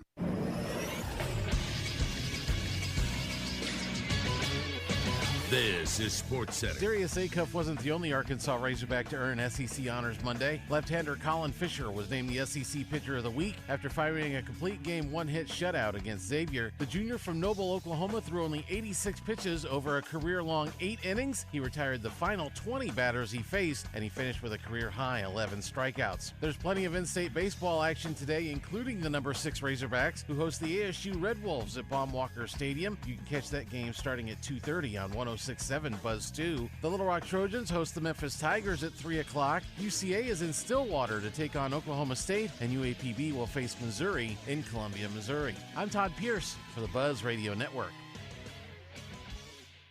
I'm Trey Reed from the Wild Side on 103.7 The Buzz. Join me and Mark Hedrick Tuesday nights at 7 for the Wild Side. Brought to you by West Rock Landing at Lake Maumelle, Trader Bill's Outdoors, Battery Outfitters, Tammy Chase Insurance, Edwards Food Giant, and Crane Chevrolet. Experience the unmistakable difference today at D3 Auto Sales in Des Arc or West Memphis. D3 Auto Sales is your home for quality used trucks, SUVs, and cars from all top brands, specializing in unique customized lifted and leveled used trucks, including 4-wheel drives. And this commitment to excellence extends to their full-service 10-bay service department as well. Also, looking to trade in or sell your vehicle? D3 Auto Sales pays top dollar for your pre-owned vehicle. D3AutoSales.com. Willie D's Dueling Pianos has not moved yet. They're still rocking right here in the Little Rock River Market. Dueling Pianos upstairs, DJs downstairs with food and drinks every week. Reserve and learn more at WillieD'sPianoBar.com. Come and get your Willie on. U.S. Truck Accessories, your #1 Central Arkansas source for truck accessories, specializing in camper shells, bed covers, spray-in bed liners, trailer hitches, steps, grill guards, bumpers, lift kits, and much more. With professional installation on all products they offer. Locations in Conway and Searcy. U.S. Truck Accessories offers their customers twice the service. Locally owned and operated by a military veteran since 2002. Visit in-store, online. U.S. Truck Accessories. Work hard, play hard. When the unthinkable happens to your home or business, whether it's damage from smoke, water, fire, or mold, let Rainbow Restoration make you whole again. Their extensively trained team, state-of-the-art equipment, and 24/7 rapid response will help get your life back on track fast. Because this isn't just their service area, it's their home. When you need them, find them at ArkansasRestorationExperts.com. Rainbow Restoration, where they restore, you recover. Services performed by an independently owned and operated franchise. When second's making a play, short's got to cover. A winning insurance strategy doesn't rely on one person. Good hustle, good hustle. Communicate with your guys and make sure everyone's in the right coverage. It takes a team that knows its roles well,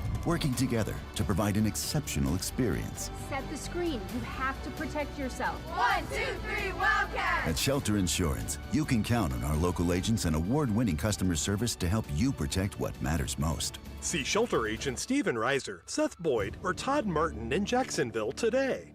Love is in the air with our $400,000 Keys to My Heart promo at Southland Casino Hotel, and a new vehicle could be in your future. Earn entries playing on your Lucky North Rewards card through February 28. Each week, 100 winners will share in over $400,000 in free play. 10 members could win a share of $20,000 free play, a 2026 Mercedes-Benz Sprinter 3500 cargo van, or a GLE 350. New love means new wheels. February at Southland. Must be 21 plus. Play responsibly. For help winning, call 800-522-4700. Ray Tucker with good news for enthusiasts of Triumph motorcycles. Honda of North Little Rock now carries the legendary classics and cutting-edge rides. We have the Bonneville Bobber, Daytona 600, the TF450X, the Stunning Elvis Presley Edition, and the Rocket 3 Evel Knievel. You get the idea. Come see us at Honda of North Little Rock, your family fun headquarters. Out of Bounds on 103.7 The Buzz, live from the TruService Credit Union Studios.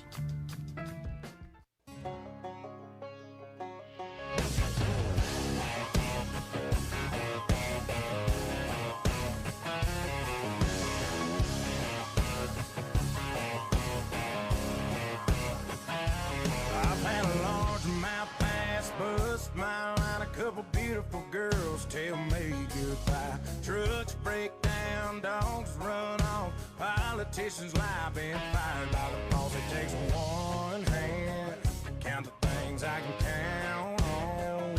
No, there ain't much man that ain't ever let me down.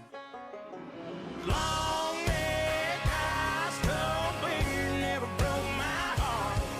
Back at it. It is Out of Bounds. Westmore, Joe Franklin. Middleton Heat and Air text line. Jeff says the app is up and working good again. Thanks, Jeff, for letting us know. 501. Wes via on3.com/rivals. What are your thoughts on Little Rock Central 2029 quarterback Bryson Kennedy transferring to Duncanville, Texas? Are you surprised? He already has offers on the table from 5 SEC teams, including Arkansas, Kentucky, Missouri, Vanderbilt, Mississippi State, and Miami. I saw that yesterday. Hated to see it, but I was told his family moved down to the Dallas area and enrolled in Duncanville. Good talent. Watched him play last year as a freshman and was looking forward to watching him play next 3 years. Always hate to see a good in-state talent move off. Same thing with the kid from Joe T. Robinson. Now, look, he had moved in from California, the wide receiver, Akeem Frampton. And he moved down, his family, down to Texas. 501 says, ask Coach Z about Jordan Smith's performance last night and the ability to fill Acuff's shoes next season. I did not see it, or I would have. Jordan Smith had a good, really good game last night. I think I saved that box score. Oh, speaking of box scores, by the way, really quick, the box score or the lineup is out for Arkansas baseball. They'll get started here in about 20 minutes. Micah New leading off. Nolan Souza batting second and playing third base. How about that? We talked to Matt Jones about it, and he thought we might see Souza at some point during the midweek against A-State, and sure enough, starting at third base, Nolan Souza. Ryder Helfrich is catching, batting third. Cam Kozel cleanup and playing second. Kahia Loy in right field batting fifth. Reese Robinette at first batting sixth. Seventh is T.J. Pompey at shortstop. So they moved Pompey over from third to shortstop. Brumbaugh is getting the day off, or at least the start off. Zach Stewart back out in the outfield. He's playing left field. Hit a home run in his first start Sunday. Carson Willis is the designated hitter. I'll have to pull up my stats for the season, see if this is Willis's first appearance. I don't think he started. I don't remember Willis hitting. Could have missed it, but I'll check it out just to make sure. And Peyton Lee is your starting pitcher. So there you go. Just wanted to pass along Nolan Souza in the lineup and playing third base for the Diamond Hawks. And I will try to find that box score And here in a few minutes, we'll talk more about the performance last night from Jordan Young. But right now, we're going to talk a little golf. Austin Oath, the Trojans golf coach, joins us. What's up, Coach? How are you? I'm pretty good. We've got the snow gone out of here now, so we're doing a lot better these last week or so. How much practice did y'all get in during that stretch of all the snow on the ground? We got a little lucky. We went to Florida on a trip I already had booked during Christmas week when it was 75 degrees here, and we went down to Florida. And that weekend that it all came in, we went down there for 3 days and had a lot of good practice and stuff like that. But then we came back. We obviously had, that 8 or 10 day period when we got back in the snow. But, we have a spot at Eagle Hill. We have a little building there on the range. And even when the golf course is closed, we're at least able to go out there and hit balls, hit wedges and hit shots. And we have a putting machine in there that we can at least stay as sharp as we're able to with 5 inches of snow on the ground. So felt like it was productive. I mean, it's not the same as grass, but we were at least able to still get some type of work done during those 8 to 10 days. Coach, how did you feel about fall season and then this first tournament of spring? The fall we had, a little up and down. I think with how the new ranking system and stuff works, it's not the end of the world to kind of have these really, really good weeks. And then, maybe you have weeks that aren't your best golf, but you hang in there. That's kind of how the fall was. We played really, really good in 2 events. And then we kind of had 3 events where we hung in there against a lot, some really tough fields and stuff like that to kind of hang with those teams, even if it wasn't our best golf. So the fall was good. We had some really good individual performances, and we ended the fall ranked 44th. And then this past week we went out to California and really good field, 24 teams. I think it was 11 teams in the top 100, or maybe 13 teams in the top 100. And we played really well the first day. We were in 4th. We had really good weather, and the deal with that tournament is it was kind of like a PJ Tour event from the perspective of it was double wave. So you had a morning wave of teams of 12 and then an afternoon wave of 12 teams. And so we didn't have the greatest weather. The funny thing, though, was after the first day, we thought we had the better end of the draw because the afternoon teams played in the rain. Well, then the next day rolled around, and we played about 9 holes and 10-mile-an-hour winds, and then we flipped and made the turn and go into the back 9, and the wind just like somebody flipped a switch, and all of a sudden it started blowing 25 and gusting 40, and we just didn't have clean enough short game when that wind got up like that, and we just let a bunch of shots slip away. I mean, but the ball was moving. We just struggled a little bit in that wind. I mean, Arkansas is not the most windy place in the world, so.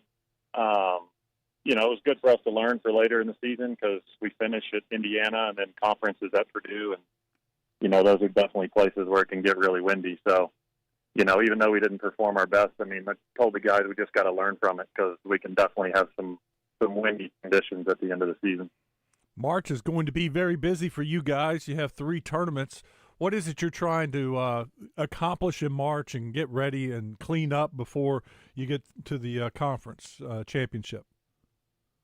Yeah, I think, we're just trying to get as good as we can. I think, each guy's got different parts of their game and things that they're working on right now. I mean, golf's kind of one of those sports that it's really hard to get everything to click at the same time. So, trying to manage that as best we can. Different guys are definitely working on different parts of the game. We don't necessarily have one area of the game that is a problem for everyone. So it's really trying to manage each guy and trying to manage what they need and trying to get each guy kind of sharpened up a little bit after the winter. And our team's very European, so, obviously their winters over there are even worse than what we had those 10 days or so here. So, I think the next 3 weeks we're playing or the next 4 weeks we're playing 3 events in some really different conditions, Louisiana, Myrtle Beach, and then San Francisco. So, I think that's going to be a big deal too, is just kind of putting ourselves out there. And Stanford is a really, really good field. So,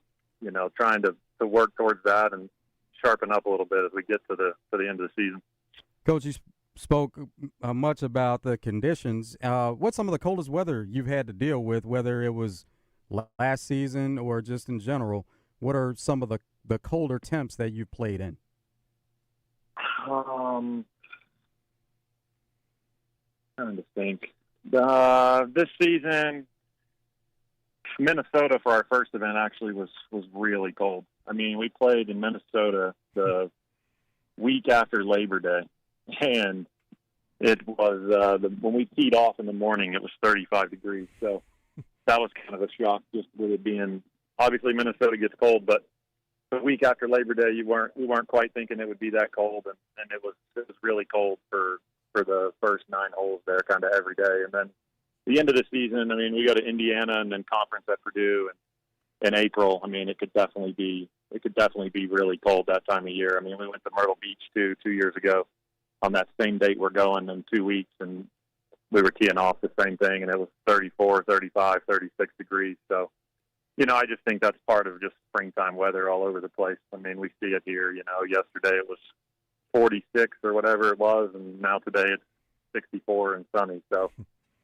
typically what happens is we show up to places and it's 75 degrees in the practice round, and then it's like the weather knows that a college tournament's starting the next day, and it usually gets cold is what happens a lot of times. It either gets cold or windy. Talking with Little Rock Trojans golf coach Austin Oaf. He joins us on the D3 Auto Sales hotline. Coach, you said you were going to be in San Francisco at the good one on March 26th to the 28th. There's also a NCAA regional in San Francisco that weekend. Think you can sneak away and go watch a little hoops? Maybe. I think last year when we were there was the same time as when the Razorback game was going on. So that was an interesting one because we were there playing golf, and then you had people. It was either last year or the year before, I forget which. And you had other people there and Razorback stuff and stuff. So that was pretty cool. We just don't have time.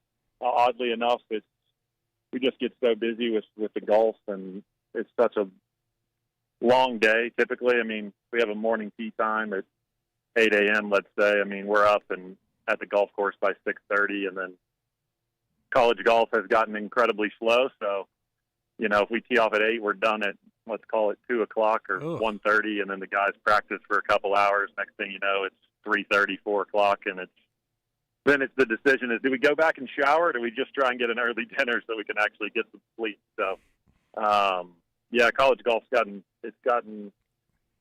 longer and longer a little bit. Just long days out there. Why is that? What's going on for these long rounds? You know, I think the courses are set up harder than, you know, when my guys play on their own during the summer. I think sometimes those are maybe a little easier setups, so to speak, and stuff. I think college golf has gotten more penal. I think the biggest thing, though, is I don't think many people play as much ready golf as they used to. I think you kind of get out there and you just know it's going to be slow, and then you just naturally slow down, and you know you're going to wait, and then you slow what you do down, and then the next thing you know, it's just taking kind of 5.5 hours to play. So it's a tough one. It's a tough one to solve. You know, the biggest thing is you just aren't able to monitor it as well from tournament to tournament. Like when we go to NCAA regionals, they have rules officials all over the place, and the pace of play is a big deal, and you play in 4.5 hours. But when you have rules officials and things, you have a rules official with every other group, you're just able to monitor it better, you know. And when the NCAA is running the tournament and they get on you for pace of play, well, you can't really get mad at anyone, so, because NCAA is running the show. So, you know, I think monitoring is really hard on a normal tournament to monitor speeding guys up and all that type of stuff. It's just you don't have quite the staff that you do at regionals and nationals to keep it going. Coach, you mentioned having an international team. You have one player from U.S., and he happens to be from Arkansas, Rhett South. How do you see the interaction between your players and maybe Rhett teaching some of these guys about Arkansas and then them teaching Rhett about where they're from? Yeah, for sure. I think, you know, next year we have a kid from Italy coming as well, and then we have a kid from Benton coming. So we'll have another Arkansas guy next year. So, you know, I think, funny enough, I think Rhett rubs off on them more than they rub off on Rhett. You know, it's funny. They some of the guys have gotten into hunting, and they're going and buying boots and jeans. Like, it's just they've they've adapted more to the Southern living than Rhett has changed his mindset on changing anything into a European way. So that's pretty funny to see. You know, they whether they go hunt with Rhett or, you know, they the food here and stuff like that. I think that they get out, and Rhett helps them to be able to do that, to get out and kind of see the state and kind of see the different culture and things like that. You know, the team's been really European for a while now. So it's just, you know, trying to get them to adapt and things like that and get comfortable here. I think having the number of Europeans guys we do have on the team, I think that helps, rather than just having one or two, let's say. I think it makes it easier for them to adjust and adapt. And, you know, we've got a good group of guys that are all kind of going through the same thing when it comes to being far from home and stuff like that, and not seeing family for an extended period of time. So it works well. Got Austin Oaf with us, head coach of the Little Rock Trojans golf team. Angry Buckeye on our text line wants me to ask you your thoughts on returning to Purdue where you played. Yeah, I think it'll be great. You know, when I was at Central Arkansas that year, we went up there and played at Purdue, so that was a cool experience. You know, this time around it's for conference, so I think, you know, I spent a lot of time there for 8 years and enjoyed it there, and it's a good spot. And, you know, I think the biggest thing is just when we go up there for conference is at least we don't have to argue about strategy at all on the golf course about which way we should play the course, because I've played it, you know, 100 times. So, you know, I think it'll make the game plan and the strategy and our practice round a little bit more effective than maybe other places, because, you know, I've played the course and played it a lot. So, you know, when I tell them, hey, this hole's a 3-wood, or hey, you know, we got to keep it away from here, and hey, this hole gets really firm when tournament conditions roll around, I think, you know, the guys and stuff like that will be a lot easier to understand, because, you know, they know that I've seen it play that way. Did you go to college for 8 years? I did not.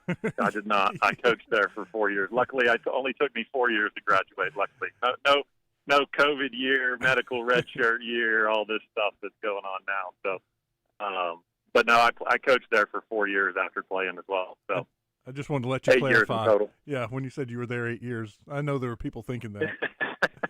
Hey, we appreciate it. Good luck the rest of the way, and it was good catching up with you today. Thanks a lot. Yeah, I appreciate it. Thanks for having me on, guys. Enjoyed it. You bet. Austin Oaf, Little Rock Trojans golf coach on the D3 Auto Sales Hotline. We'll take a break. We'll finish up the hour when we come back. Stick around. It's Out of Bounds.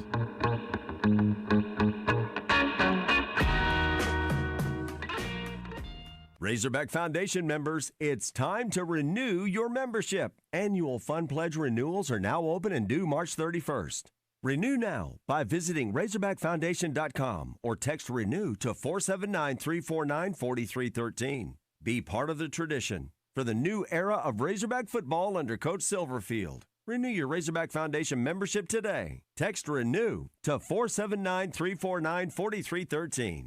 Go Hogs! This is the Pigskin Preacher, bringing you the word. To understand the zeitgeist of the last half-century in America, you need to know the work of one Cornelius Crane Chevy Chase. He exploded on the scene in 1975 on a new show called Saturday Night Live and has been part of the entertainment firmament ever since. Chase's brilliance as a physical comedian morphed into a funny, quirky leading man from characters such as Irwin Fletcher and Clark Griswold and others. CNN has a new documentary titled, I'm Chevy Chase and You're Not. It is a fascinating look at a complicated man who has brought much enjoyment to Americans. Doublebee's has also brought a lot of enjoyment to Americans, at least the Americans who are lucky enough to live in Arkansas. Come on by a Doublebee's today to grab a drink, a snack, or a tank of gas. Doublebee's. It's where you gas it, grab it, and go. That's Doublebee's. At CertaPro, you can enjoy paint-free painting. That's right, you heard it correctly. Schedule a residential interior project now, and CertaPro will cover the cost of paint and primer. Hurry, though, as these incredible savings only apply to jobs done in January and February, so make sure to schedule yours today. Since these are the slowest months, CertaPro just wants to keep great crews busy. It's that simple. Don't wait. Schedule today at CertaPro.com before the schedule fills up. That's Certa with a C, CertaPro.com. CertaPro. That's painting happy. Arkansas Municipal Equipment in Poen, founded over a decade ago by Daniel and Vanessa Ellison. They lease and sell trucks, trash carts, roll-off dumpsters, and street sweepers. Proud to be Arkansas's only authorized dealer for New Way refuse trucks and Timco street sweepers, your authorized dealer for Galfab roll-off and hook lift trucks. You can get parts and service for all makes and models with technicians traveling the state to take care of you. AME, it's the service after the sale. Superstars Joe Klein and Pat Bradley for Arkansas's #1 sports app, Bet Saracen. Joe, you know the main difference between Bet Saracen and those other guys? Definitely. Easier to navigate. Always good parlays. Plus lots of fun choices. Like ping pong, right there on the app. But the real difference are those special promos. Get $250 on us with your first $25 wager. Gambling problem? Call 800-GAMBLER. Have questions about retirement, investments, or your money? Call our financial hotline. Dial 501-381-5228 and leave a voicemail with your specific financial question, and our experts will answer it on the Get Ready for the Future show Saturday mornings at 10 a.m. Get your financial questions answered by the pros. 501-381-5228. Call now. Securities offered through LPL Financial, member FINRA SIPC. Investment advice offered through Independent Advisor Alliance. Independent Advisor Alliance and Genwealth Financial Advisors are separate entities from LPL Financial. Hey, it's Randy Rainwater from Drive Time Sports. Tuesday, Rick Schaefer and I have an interesting show planned for you. Neil Atkinson from Bet Saracen, Hogsports.com's Trey Biddy, thanks to Chris Crane Hyundai and Genesis of Conway, and Kevin Hoop Scoop McPherson from Hogville.net. See you Tuesday on 103.7 The Buzz. Out of Bounds on 103.7 The Buzz. Live from the TruService Credit Union studios. TruService Credit Union. Membership has its rewards with low-rate auto loans, competitive mortgages, and one of the lowest interest rate credit cards in the nation. TruService Credit Union. Online at TruService.net.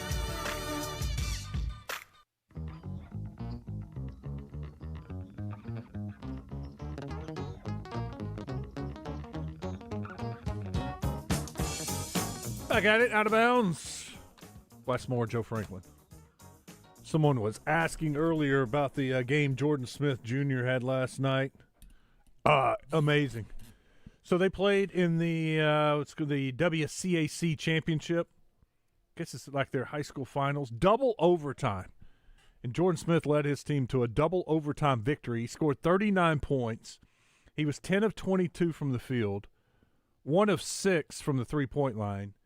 18 for 25 for the free throw line. Talk about getting to the free throw line. Had 3 rebounds, 7 assists, 7 steals in 36 minutes of a double overtime victory. I had Paul Biancardi on my show last week, and we were talking about Jordan Smith. Absolutely loves Jordan Smith, but he's not a true point guard like Darius Acuff. Now, he might learn and become the point guard next year. He is more right now an off-the-ball type guard, constantly attacking the rim, as you saw with 18 of 25 free throws last night. That is getting to the line. Great talent, long arms.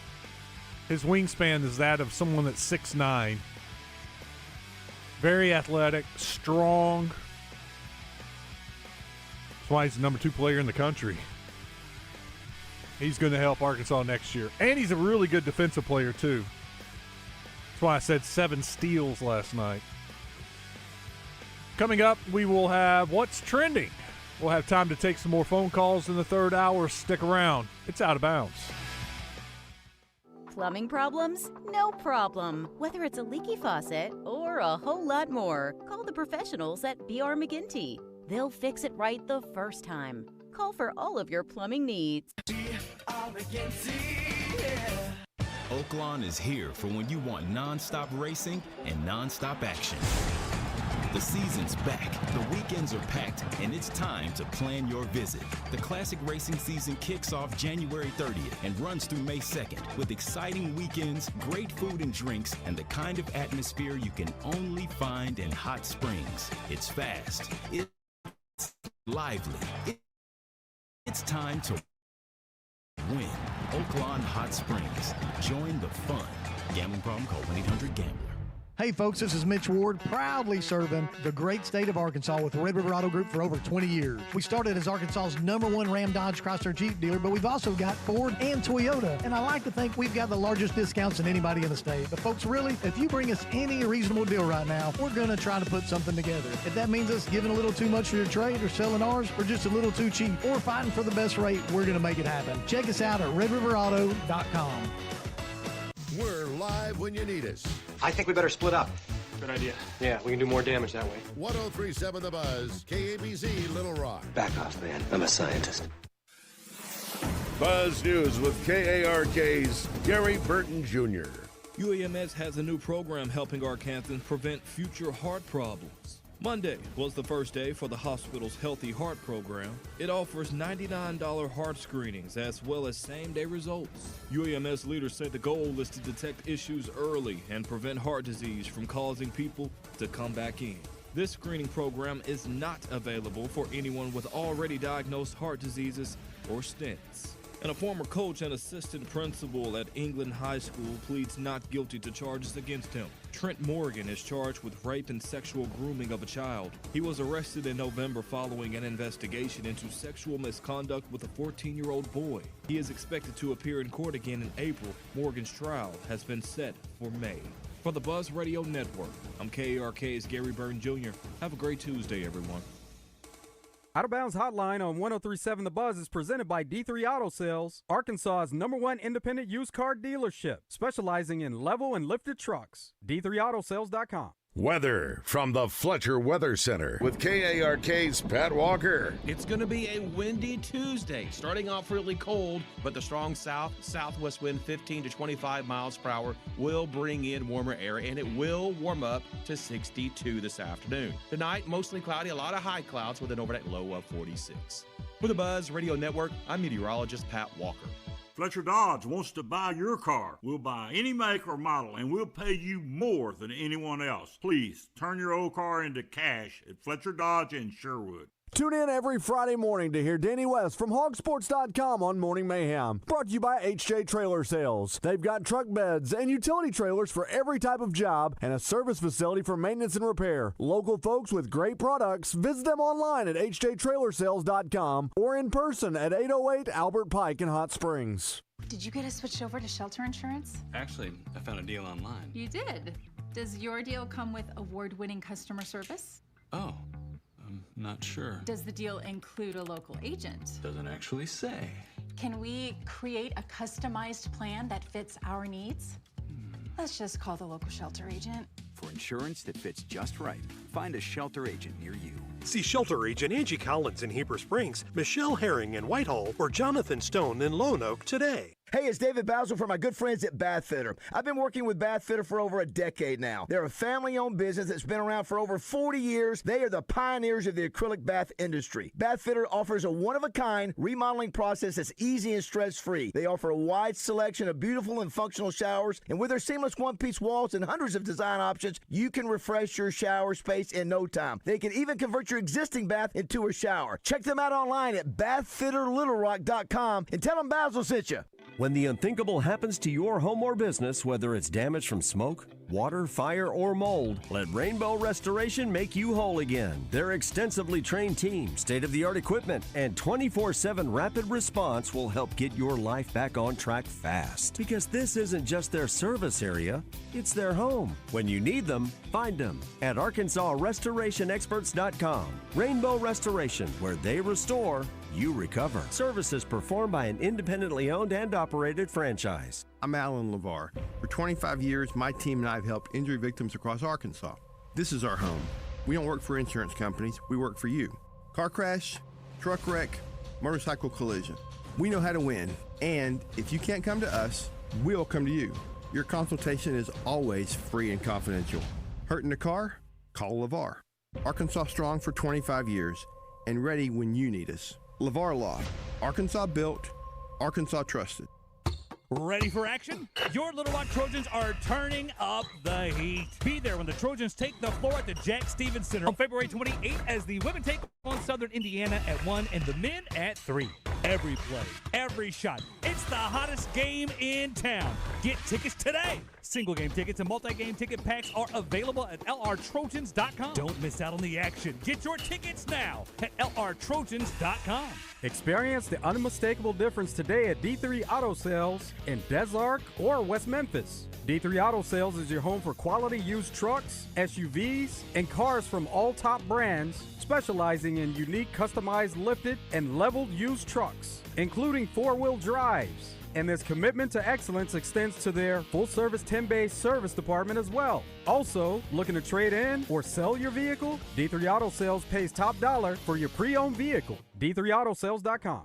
Billy, your gas light's on. We need to stop and fill up. No way, Jen. Gas around here is too expensive. We can make it a little further. Billy, listen to your big sister. You don't need to drive all over searching for the lowest gas prices. Do what I do and use Upside. Upside? Do you live under a rock, Billy? Upside is the hottest cashback app out there. It's free to download, and you get real cash back for every gallon of gas you buy. Top users make between $200 to $300 per month. You can make that kind of cash back just for buying the gas you have to buy anyway? Yes, I'm looking at the Upside app now, and there's a gas station at the next exit offering 25 cents per gallon cash back. Okay, I'm stopping to download Upside and fill up my tank. Download the free Upside app now to earn cash back every time you buy gas. Use promo code GOOD25 to get an extra 25 cents per gallon on your first tank. You can cash out anytime right to your bank, to PayPal, or a gift card for Amazon and other brands. Just download the free Upside app and use promo code GOOD25 for a 25 cents per gallon bonus on your first tank. That's code GOOD25 for a 25 cents per gallon from the bonus. TruService Credit Union Studios.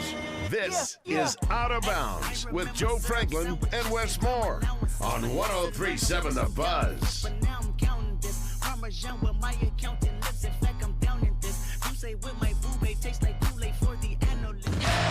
What's Trending in Sports is brought to you by Arkansas's own West Rock Coffee. Join West Rock Coffee, the Razorbacks, and their 1.5 million farmers around the globe. It's fall, so now it's time for your team to stock up on coffee, tea, and water delivered directly to your business. Contact them at westrockcoffee.com or 833-886-JAVA today.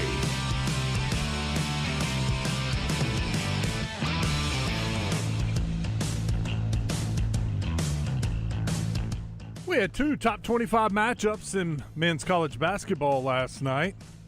We'll start with Kansas and Houston. Kansas used a big run at the end of the first half to take the lead and just kept on rolling. Kansas with Peterson back in there. Peterson at the basket, slithers in and hits. Well, they put him back in. He slithered to the goal like a rattlesnake and then was able to put it in. An 11-0 run to close the half. Also locked. And Tiller throws it down.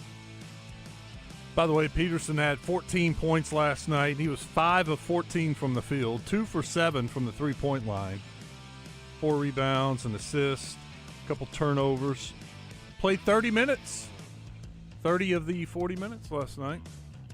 Kansas wins 69-56. So that was a big win for Kansas. Houston drops to 23-5 on the season. They've lost 3 in a row.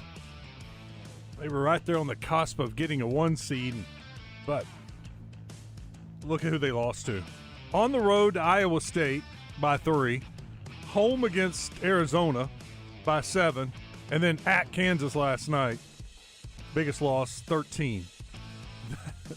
That's a gauntlet right there. They'll finish up with Colorado, Baylor, and Oklahoma State. Chance to get well, finish the season on the 3-game winning streak. There are other losses against number 12 at the time, Texas Tech, Tennessee, which is 17 at the time. So all 5 of their losses against 5 ranked teams. Houston's a good team. Other big game last night, North Carolina, Louisville. Bogobods fires. Got it. Off the inbounds. Give him 10. Picked off. Trimble out in front. And a slam. Big win for North Carolina. 77-74 your final score. And Trimble for North Carolina. Seth Trimble had a career-high 30 points. Also had 4 rebounds, 4 assists. Pretty balanced scoring after that. Vesser, Bogovic had 12 each. 77-74. Louisville was led by, where's his? Mikael Brown, 24 points. 9 of 25 from the floor. 6 of 14 from the three-point line. That's not bad. But so that means he was 3 of 11 from inside the three-point line. When I was watching, he missed a couple of contested layups. He was having some issues finishing at the rim. But North Carolina gets a much-needed win. Let's see here. North Carolina, since the injury, they have – are they 2-1? Yeah. Because it was the Pitt game. Was he hurt in the Pitt game? No, Miami game. They won against Pitt, then lost at North Carolina State, and they bounced back. So they're 3-1 since the injury. They finish up with Virginia Tech, Clemson, at Duke. Think that'll be a good game, North Carolina at Duke. Duke looking for a little revenge. Always is. Last Saturday of the season. Tonight, top 25 action. Miami of Ohio taking on Eastern Michigan, just like Z told us. Duke, Notre Dame, North Carolina State at Virginia. That's a good game. Virginia's been coming on, 24-3. Cincinnati's at Texas Tech. See if Cincinnati can get back-to-back upsets. St. Louis at Dayton. Minnesota goes to Michigan. Michigan's favored by 22.5. Arizona goes to Baylor. Iowa State at Utah. Tennessee at Missouri. Central Florida at BYU. There you go. That's the top 25 matchup for tonight. Now to the NBA. Spurs, Pistons. Going downhill with your momentum. He has to. Castle! Unbelievable. That is a layup or a bucket 99% of the way. Castle got a tray. Spurs win 114-103.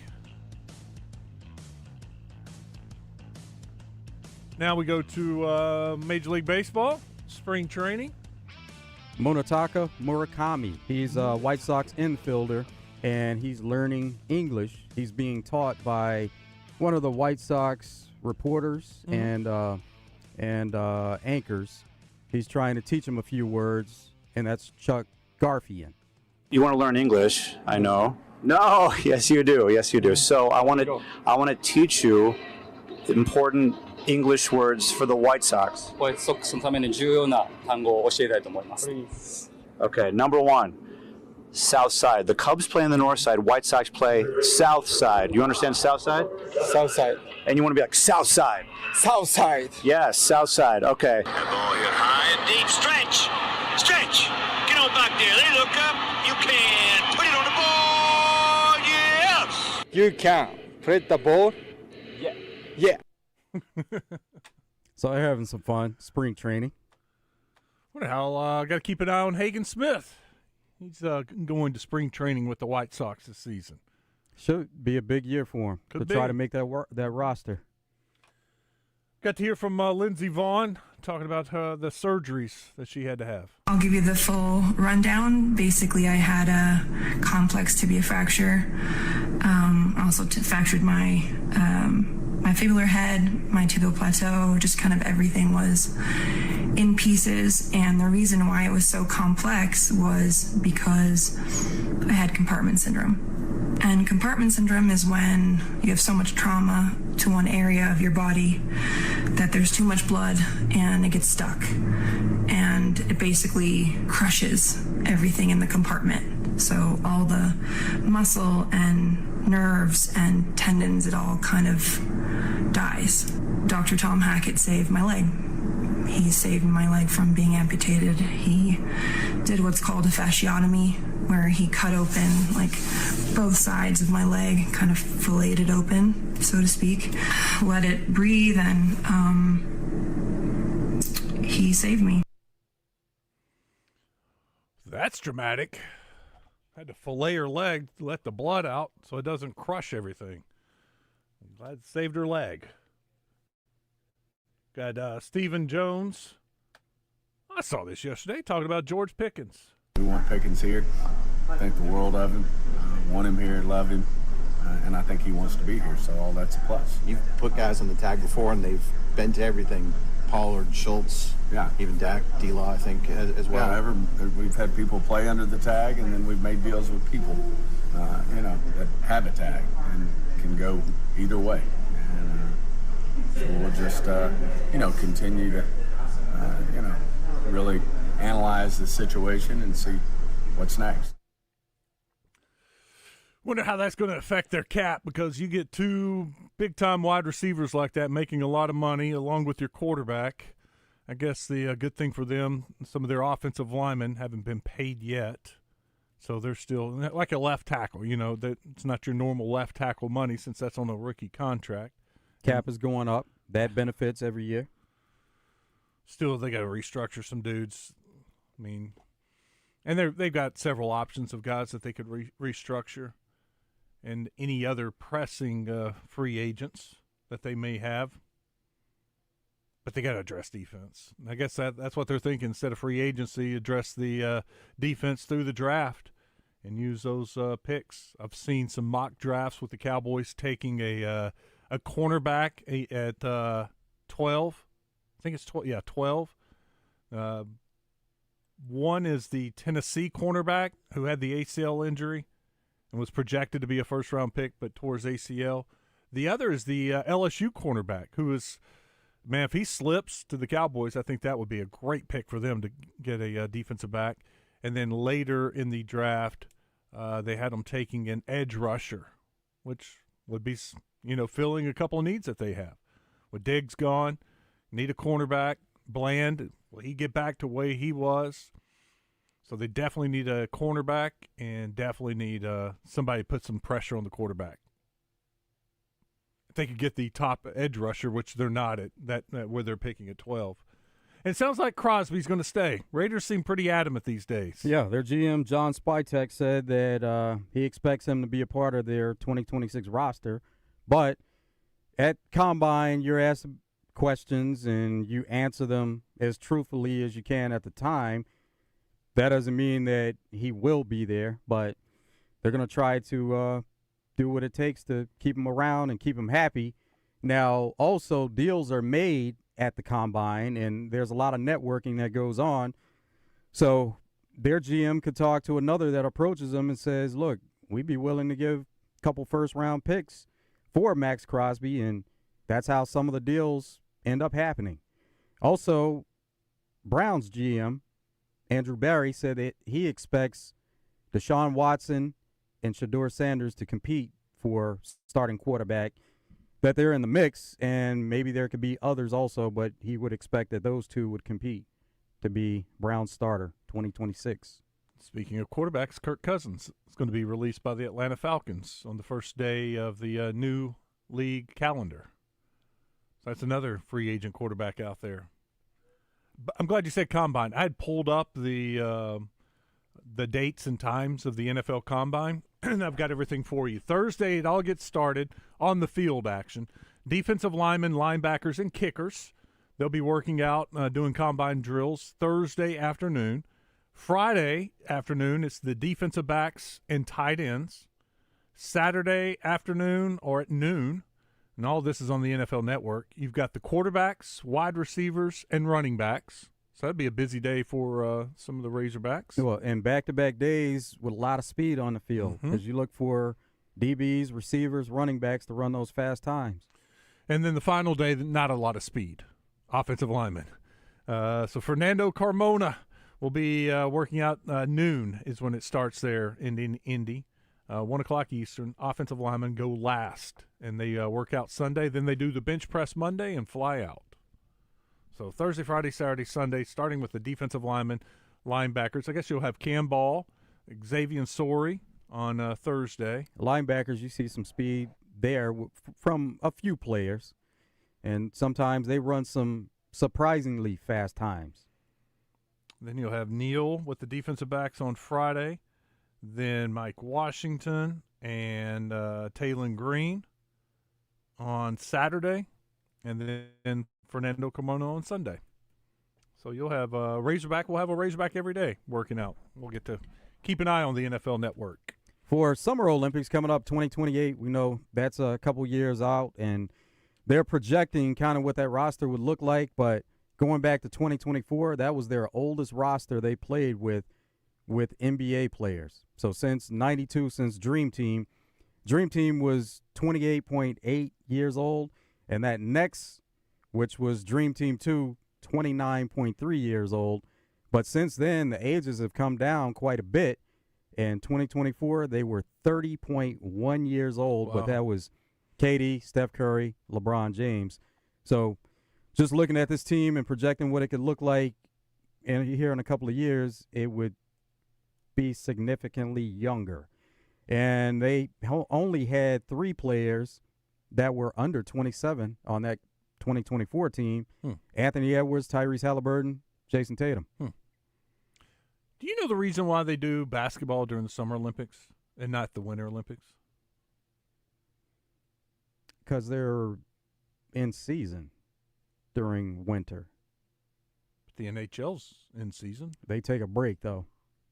And I mean, it wouldn't make sense for you play it on ice. So why would you play that in the summer? Because it's a winter sport.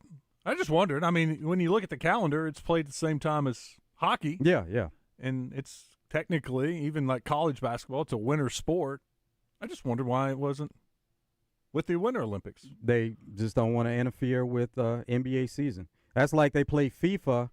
You know, the 2 years from Olympics, they're going to play in the summer, and they play FIFA. Mm-hmm. They do that in the summer also. So they always do basketball for off season. And that was prior to NBA players participating. They did it. It's always been a summer game. I just wondered if they did it in season, if it wouldn't help the Winter Olympics, because basketball is always a huge draw for the Summer Olympics, and you wouldn't have the complaint or the theory that of year-round basketball basically for some of those guys. The season ends in Summer Olympics. Next thing you know, they're back playing basketball again.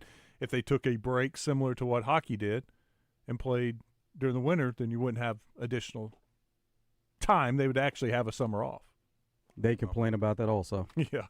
Because it would essentially interrupt NBA season, and then you have not necessarily complaints from players, but fans and talking heads that would say, okay, this team, they were playing so good, and then they take that break, and now they come back and they've fallen apart, or they got injured. There would be something to complain about. I wonder, is that going on? I'm not a hockey guy. Is that going on in the hockey world? Are hockey fans upset that they had to take a break? And no, then you get one of their main player, someone really good injured. And I mean, that is something that always comes into play, but, I mean, they understand that since they've used NHL players, this is what they do. Yeah. Kind of the greater cause, playing for your country. I don't know, random thought that came across my mind. Let's go to Kane. What's up, Kane? What's going on, my brother? It's all good. I was talking to Joe earlier when I called in. 3 things I need to check on. Okay. The update on Billy Richmond. I know how is he getting along, and I saw where the league gave Mark Pope a slap on the hand, and I want to know why every Arkansas game, this one official, Doug Schaus, why does he call all of their games? Because no Alabama player got more than 2 fouls, and Arkansas had 4 guys foul out. Now, I'm going to sit on and listen because I'm not driving today. What was the third? I need your. Oh, Schaus is the third thing you want to talk about. Okay. Billy is good. Yeah. Billy Richmond is fine. We heard from Coach Chuck Martin today, and he was asked about Billy, and he said Billy's good. Billy's good to go. Mark Pope, he got $25,000 fine because when he walked off from his press conference, he made some backhanded comments. Yes, he did, and he thought he was technically okay because he had walked away from the press conference, but the mic still caught him, and he probably knew better than that. And Showles, now he didn't call the last game against Missouri, so we got a little bit of a break, right? That was nice. I don't like the guy because he calls everything against Arkansas and not the other team. I think the problem, Kane, and we discussed this the other day, I think Showles gives the home team the benefit of the doubt.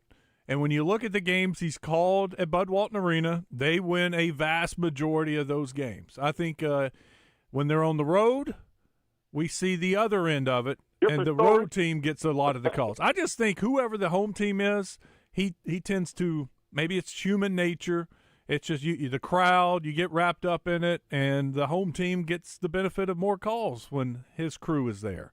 And Arkansas gets the benefit of the doubt most of the time at Bud Walton Arena. Okay, Wes, you made a statement earlier. They have 4 games to go. You said that you can deal with 3-1. Hell no. I want to go 4-0. I'm greedy. We can beat Florida if we get a call down the middle and those big men start playing tough like Florida big men play, and they just don't blow the whistle. Kane. You know what I mean? Yeah, you say if the big men play physical. When have you seen the big men play physical? What makes you think finally these big guys are going to step up, play physical, and not get dominated in paint? What's that guy? He played a good game over the weekend against Missouri. He did. He played maybe his best game. Yeah. But we've also seen from Malik have a great. Hey, Kane, no, you don't. I'm not done. Malik Ewan is very. We could see Ewan go from a best game to 0, and then 0 back to his best game. It's inconsistent, and I just can't bank on him being consistent because I hadn't seen it. Well, all I can say is March Madness is around the corner. Now, and I want to see what this big guy that's up in Connecticut, way up he's from, that Dua guy. I want to see what he's about. Abdou Toure. I heard he was a real deal, but we'll see. Kane, thank you for the call. Okay, Wes, take care, man. Talk to you later, Joe. See you, Kane. Abdou Toure, not a big guy. He is a wing, very athletic, explosive, strong, nice build, not your typical 17, 18-year-old kid. All 3 of these guys have nice frames. I mean, JJ is, 6'7", over 200 pounds, I got to say, but strong-looking young man. All 3 of them have a bigger, better frame than Malik Thomas. Thomas a little bit on the thin side.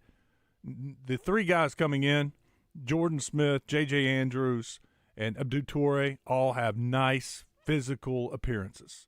Like they can stand the pounding of the SEC in year 1 as freshmen. I think all 3 play major minutes next year and are contributors to the team, big-time contributors. Kind of like, and I'm not saying like Darius Acuff winning SEC Player of the Year. That doesn't happen often. But I like all 3 of them a lot, and I like their physical maturity, and I think this class is really good. Very good. That's why it's ranked number 2 in the country. Like I'm going out on a limb or something. It's ranked number 2 in the country for a reason. Those 3 dudes can go, and they have that physical aspect to them. And here's another thing that Ben Carty told me. These 3 guys, all they care about is winning. They don't care about the stats. They just want to win.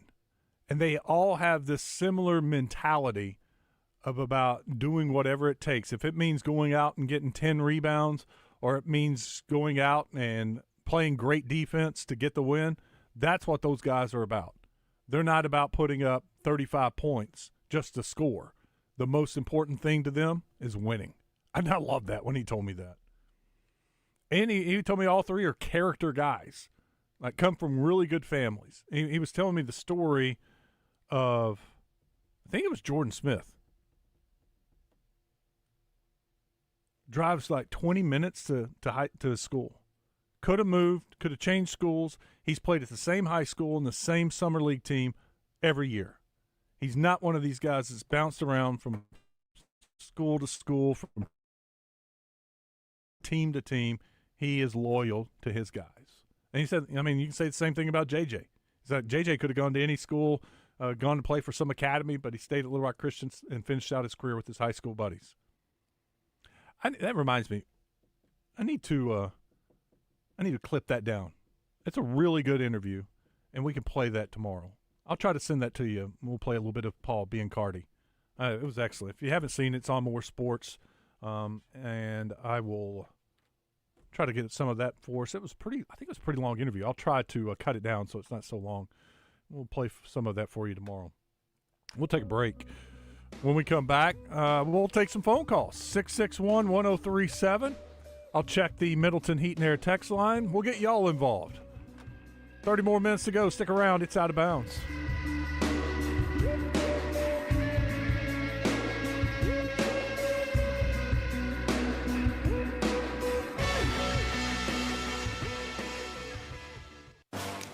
Stick around after each Razorback basketball game for the Bet Saracen Basketball Postgame Show with Wes Moore and Christian Weaver, live from Walk-Ons in Little Rock. Bet Saracen is the leader in sports betting in Arkansas. Make sure you have your Bet Saracen app downloaded to your mobile device. Get the best sports betting app in Arkansas and start winning today.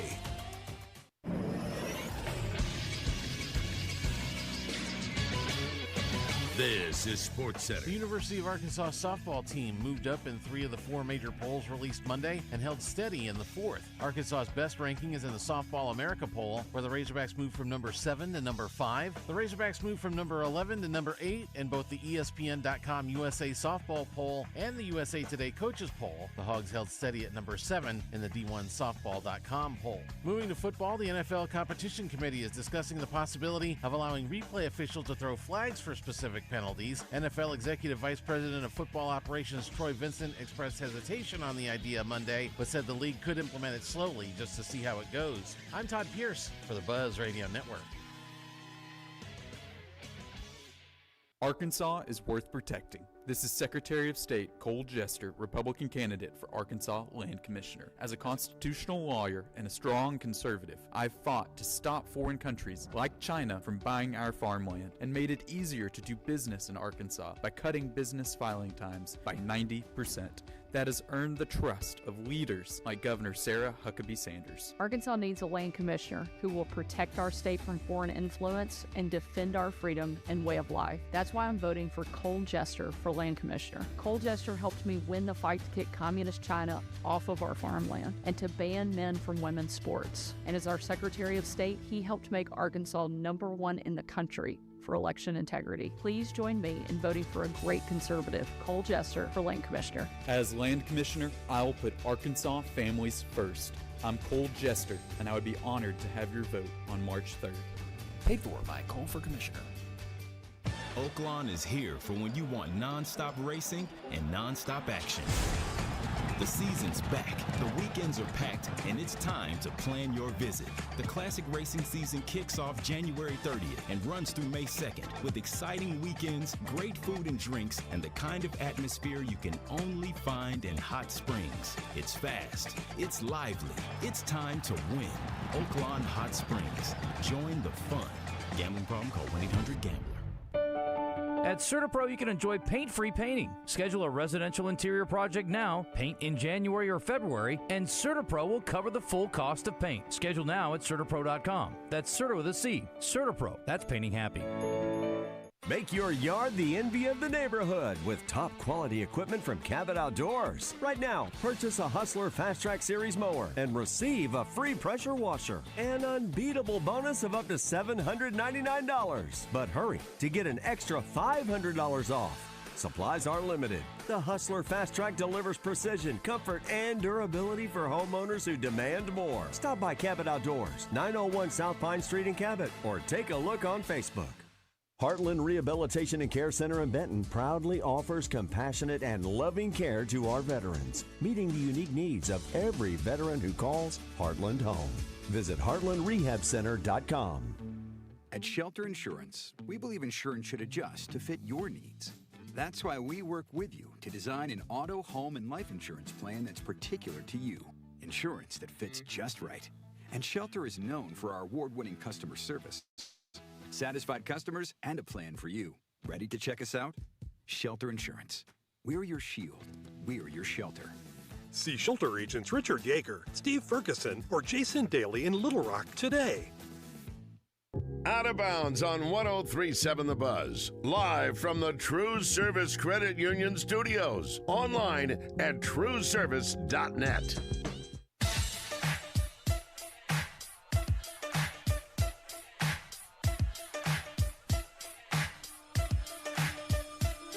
Welcome back to Out of Bounds.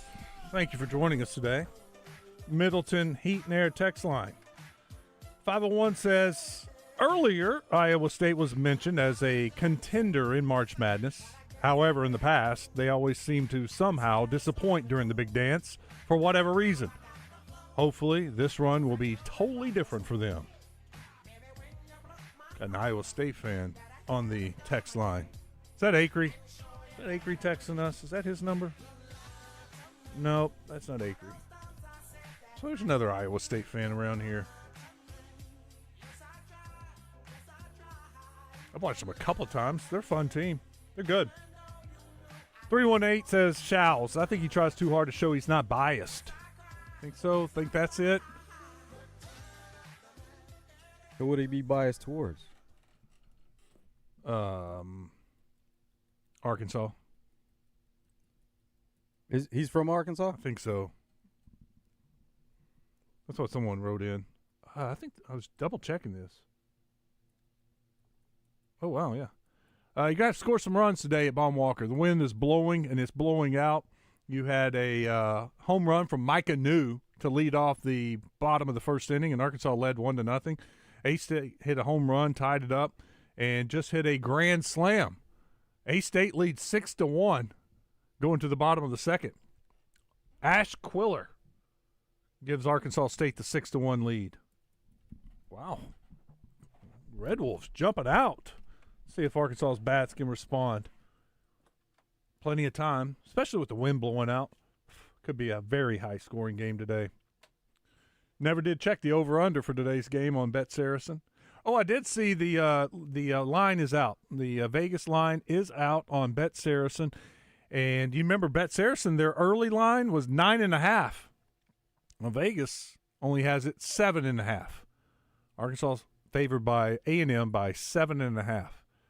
The over-under is 170.5. That's what we were talking about yesterday.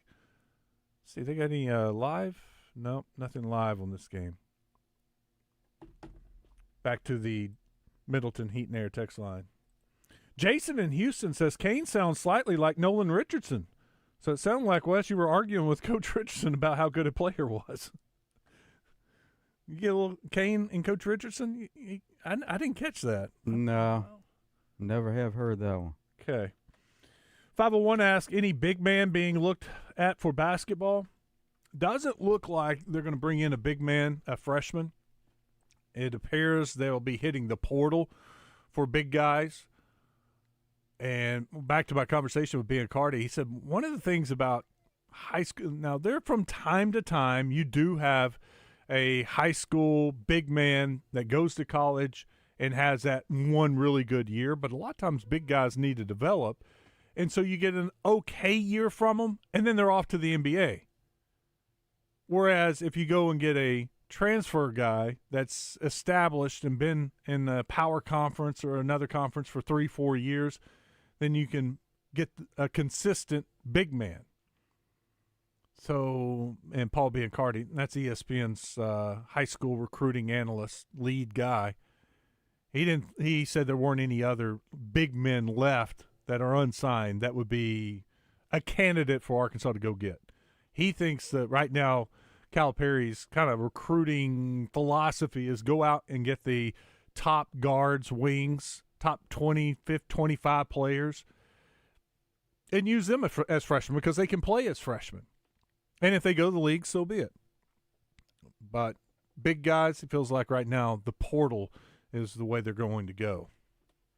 So we fully expect Arkansas to go and get at least 3 big men from the portal. 501 says, I'm afraid Acuff and Thomas, their success, we may expect a little much from next year's class. We don't want to fall in the habit of Kentucky, right? That's probably a little of what went sour at Kentucky because you have great recruiting class after great recruiting class and the expectations go up and didn't have any more of those national championship Final Four runs, and the seasons kept ending in the Sweet 16 or Oakland, the first round of the tournament, and it spoiled Kentucky.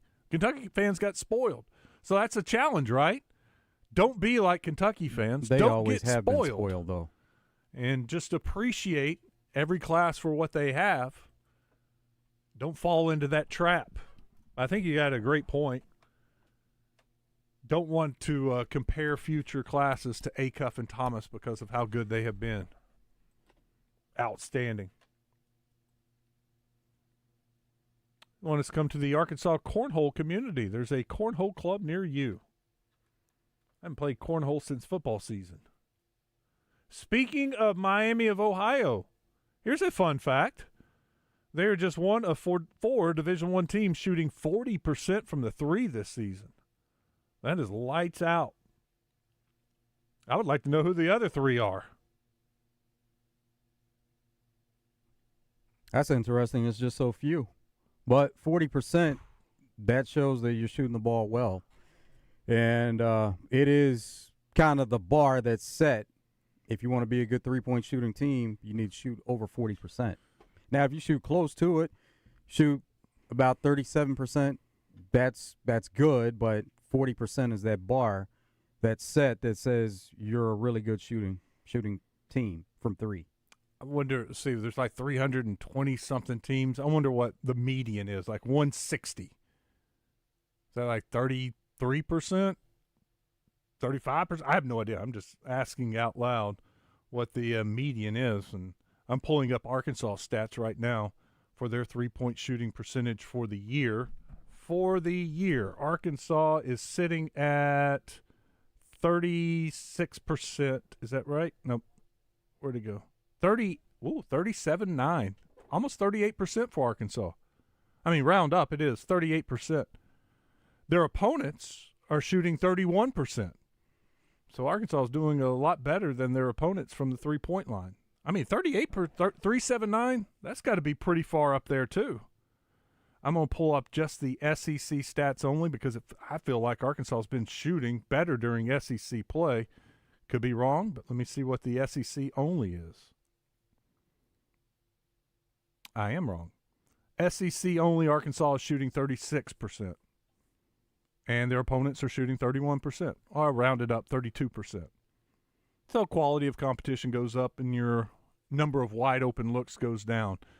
But now for the SEC season only, Malik Thomas, I told you earlier in the week, but he had another good three-point shooting game against Missouri. Malik Thomas is shooting .484, 48% from the three-point line. He is 31 of 64. If he makes his next 2, he'll be right at 500. He'd be 33 for 66 if he makes 2 in a row to start the game against Texas A&M.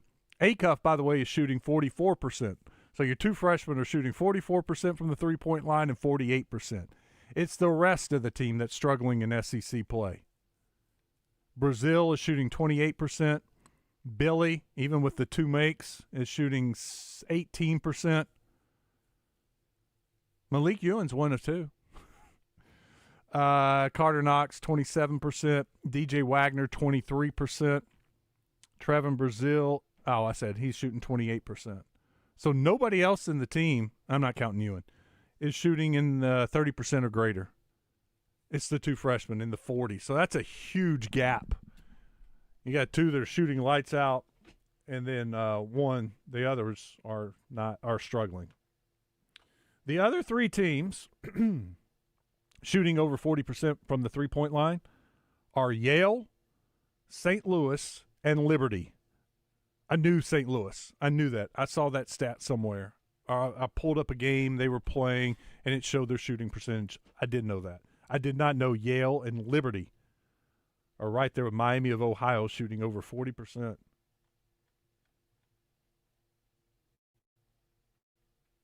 wonder what their odds are of getting into the tournament. I'd say Miami of Ohio's odds are pretty good.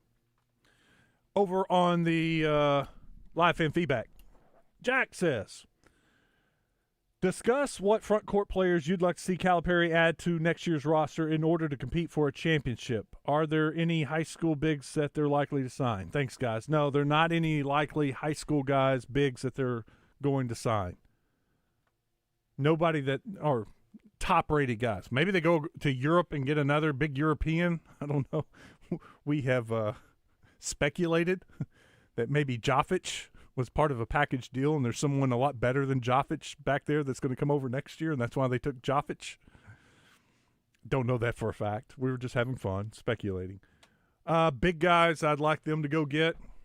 I love the big guy at Georgia. I think and he was committed to Calipari and Kentucky. So there is a history there. When Calipari left, he did not follow, obviously, him to Arkansas.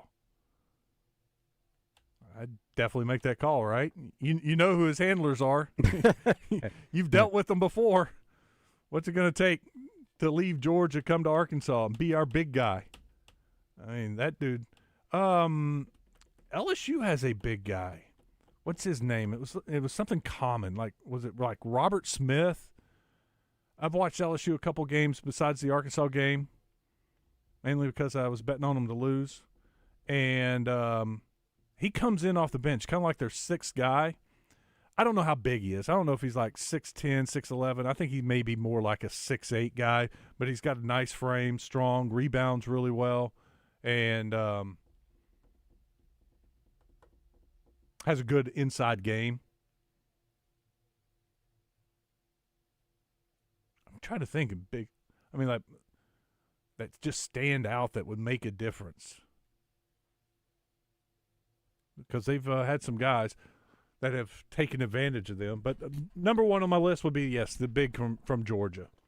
And it's not only guys that Arkansas may be looking at to target possibly, but a number of players already have their minds made up with their current situation that they're getting into the portal. Mm-hmm. No. A, they want to get paid, or B, they want to play change of scenery or play for a team that's got a better chance. Not that Georgia's got a nice team. They're going to the NCAA tournament, and he may be very happy there, not looking to leave. But then again, maybe Arkansas goes on a run in the NCAA tournament. He sees what they have coming back and the signing class they have coming in. It's an attractive place, and the good thing is, we know they got some money, right? They can go out and get some guys in the portal. They can afford to do that. We'll take a break. Last break of the day. This show was fast. We'll come back and wrap it up. Got time to take a call if you want. 661-1037. It's Out of Bounds. Hey folks, this is Mitch Ward, proudly serving the great state of Arkansas with Red River Auto Group for over 20 years. We started as Arkansas's #1 Ram, Dodge, Chrysler, Jeep dealer, but we've also got Ford and Toyota. And I like to think we've got the largest discounts than anybody in the state. But folks, really, if you bring us any reasonable deal right now, we're going to try to put something together. If that means us giving a little too much for your trade or selling ours, or just a little too cheap, or fighting for the best rate, we're going to make it happen. Check us out at redriverauto.com. I'm Alan LeVar. For 25 years, my team and I have helped injury victims across Arkansas. This is our home. We don't work for insurance companies. We work for you. Car crash, truck wreck, motorcycle collision. We know how to win. And if you can't come to us, we'll come to you. Your consultation is always free and confidential. Hurt in the car? Call LeVar. Arkansas strong for 25 years. and ready when you need us. LeVar Law, Arkansas built, Arkansas trusted. Shopping with your parents can be embarrassing. Why would they sell jeans with holes in them? I'm going to speak to the manager. Mom! That hoodie is giving. You should get it. YOLO. Thanks to the Chase mobile app, your kid can shop independently while you keep an eye on their spending. So you can go from... We can be twinsies. ...to... How was shopping? Saw you stayed on budget. Thanks, Mom. Freedom for kids, control for parents. That's family banking from Chase. Account subject to approval. Chase mobile app is available for select mobile devices. Message and data rates may apply. JP Morgan Chase Bank N.A. Member FDIC. When you're vacationing in your RV, there are some things you can always count on. Taking the kayaks out on the lake, hot dogs on the grill, and your sister's boyfriend pulling out his acoustic guitar. Everyone quiet! Harrison's playing. Wow, you're so good, Harrison. With Progressive, your RV is protected 24/7, so you're prepared for whatever you don't see coming. Progressive Casualty Insurance Company and Affiliates, not available in D.C. Love is in the air with our $400,000 Keys to My Heart promo at Southland Casino Hotel, and a new vehicle can be in your future. Earn entries playing on your Lucky North Rewards card through February 28. Each week, 100 winners will share in over $400,000 in free play. 10 members could win a share of $20,000 free play, a 2026 Mercedes-Benz Sprinter 3500 cargo van, or a GLE 350. New love means new wheels. February at Southland. Must be 21 plus. Play responsibly. For help quitting, call 800-522-4700. Volkswagen of Little Rock is committed to delivering a car buying experience that's grounded in expertise, integrity, and respect. From the moment you arrive, our team is here to help you find the right fit. Whether that's the versatile Tiguan, the all-electric ID4, or one of our thoroughly inspected pre-owned models, we take pride in providing a low-pressure, informative environment where your questions are answered and your time is valued. Visit Volkswagen of Little Rock today, or begin your search anytime at www.vwoflittlerock.com. Attention! If you suffer from consistent pain in your joints caused by arthritis, overuse, or injury, you may be a candidate for a revolutionary therapy that could revitalize damaged tissue. This approach can provide long-lasting relief from pain in your knees, shoulders, hips, and other joints with no surgery, no drugs, and no downtime. To find out if you're a viable candidate, you may request a free consultation from QC Kinetics by calling 501-382-9100. Instead of masking the symptoms, it goes to the root of the problem to resolve it at its source. Already used by thousands of satisfied patients nationwide, this joint pain therapy is available right now to the public, but only for qualified candidates. Again, to find out if you're a viable candidate for this therapy, you may request a free consultation by calling QC Kinetics at 501-382-9100. That's 501-382-9100. Out of Bounds on 103.7 The Buzz, live from the TruService Credit Union Studios.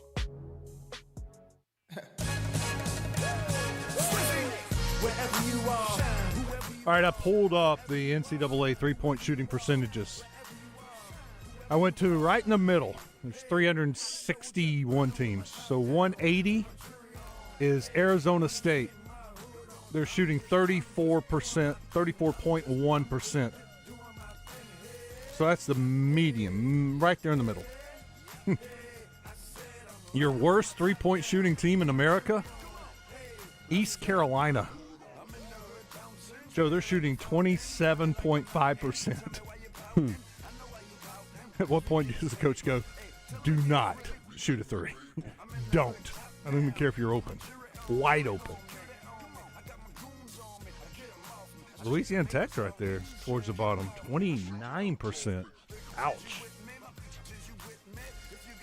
Your leaders, let me go back. Oh, by the way, I also found Arkansas where they're ranked nationally. Yale is number one, 41% from the three-point line. Now, granted, they don't shoot in the volume of all the rest of the teams. They've only taken 534 three-pointers. So they're taking very smart shots. St. Louis is next, 40.8%. They've taken 753s. Miami of Ohio, 40.33, 719. Liberty is at 40.2, and they've taken 701 threes. Boston University is next, 39.72, almost there. I would round up and give it to them. They've taken 710. Belmont. We've seen Belmont, and they play UCA. They've taken 763s. That's a ton. And they're shooting 39%, 39.66%. Iowa State is number 7. North Carolina State's number 7. Iowa State's number 8. Iowa State's making 39.47%. You have to go down. Arkansas is at number 22, 37.9. Arkansas has taken 599 threes. So not the mass volume of some of these other schools. It's 7. I wonder if he'll tell me who has taken the most. Field goals attempted. Wow. Cleveland State has taken 855 three-pointers. Lipscomb is next. Oh, they're tied. Both have taken 855 threes. And what are their percentages? Cleveland State's 37.89, 38%. And Lipscomb's 37.08, 37%. That's nice. Yeah, anything over 700, that's and you're shooting a high percentage, that's good. I wouldn't have realized. Texas Tech has taken a ton. 788, that is the 5th most threes. And they're ranked number 11 in shooting percentage. They get after it. All right, I told you I've got the standings and the remaining schedule. Arkansas's tied with Alabama and Tennessee at 10-4. A&M's at 9-5. One game behind Arkansas. You win tomorrow night, you take care of A&M. You don't have to worry about them. You shouldn't have to worry about them.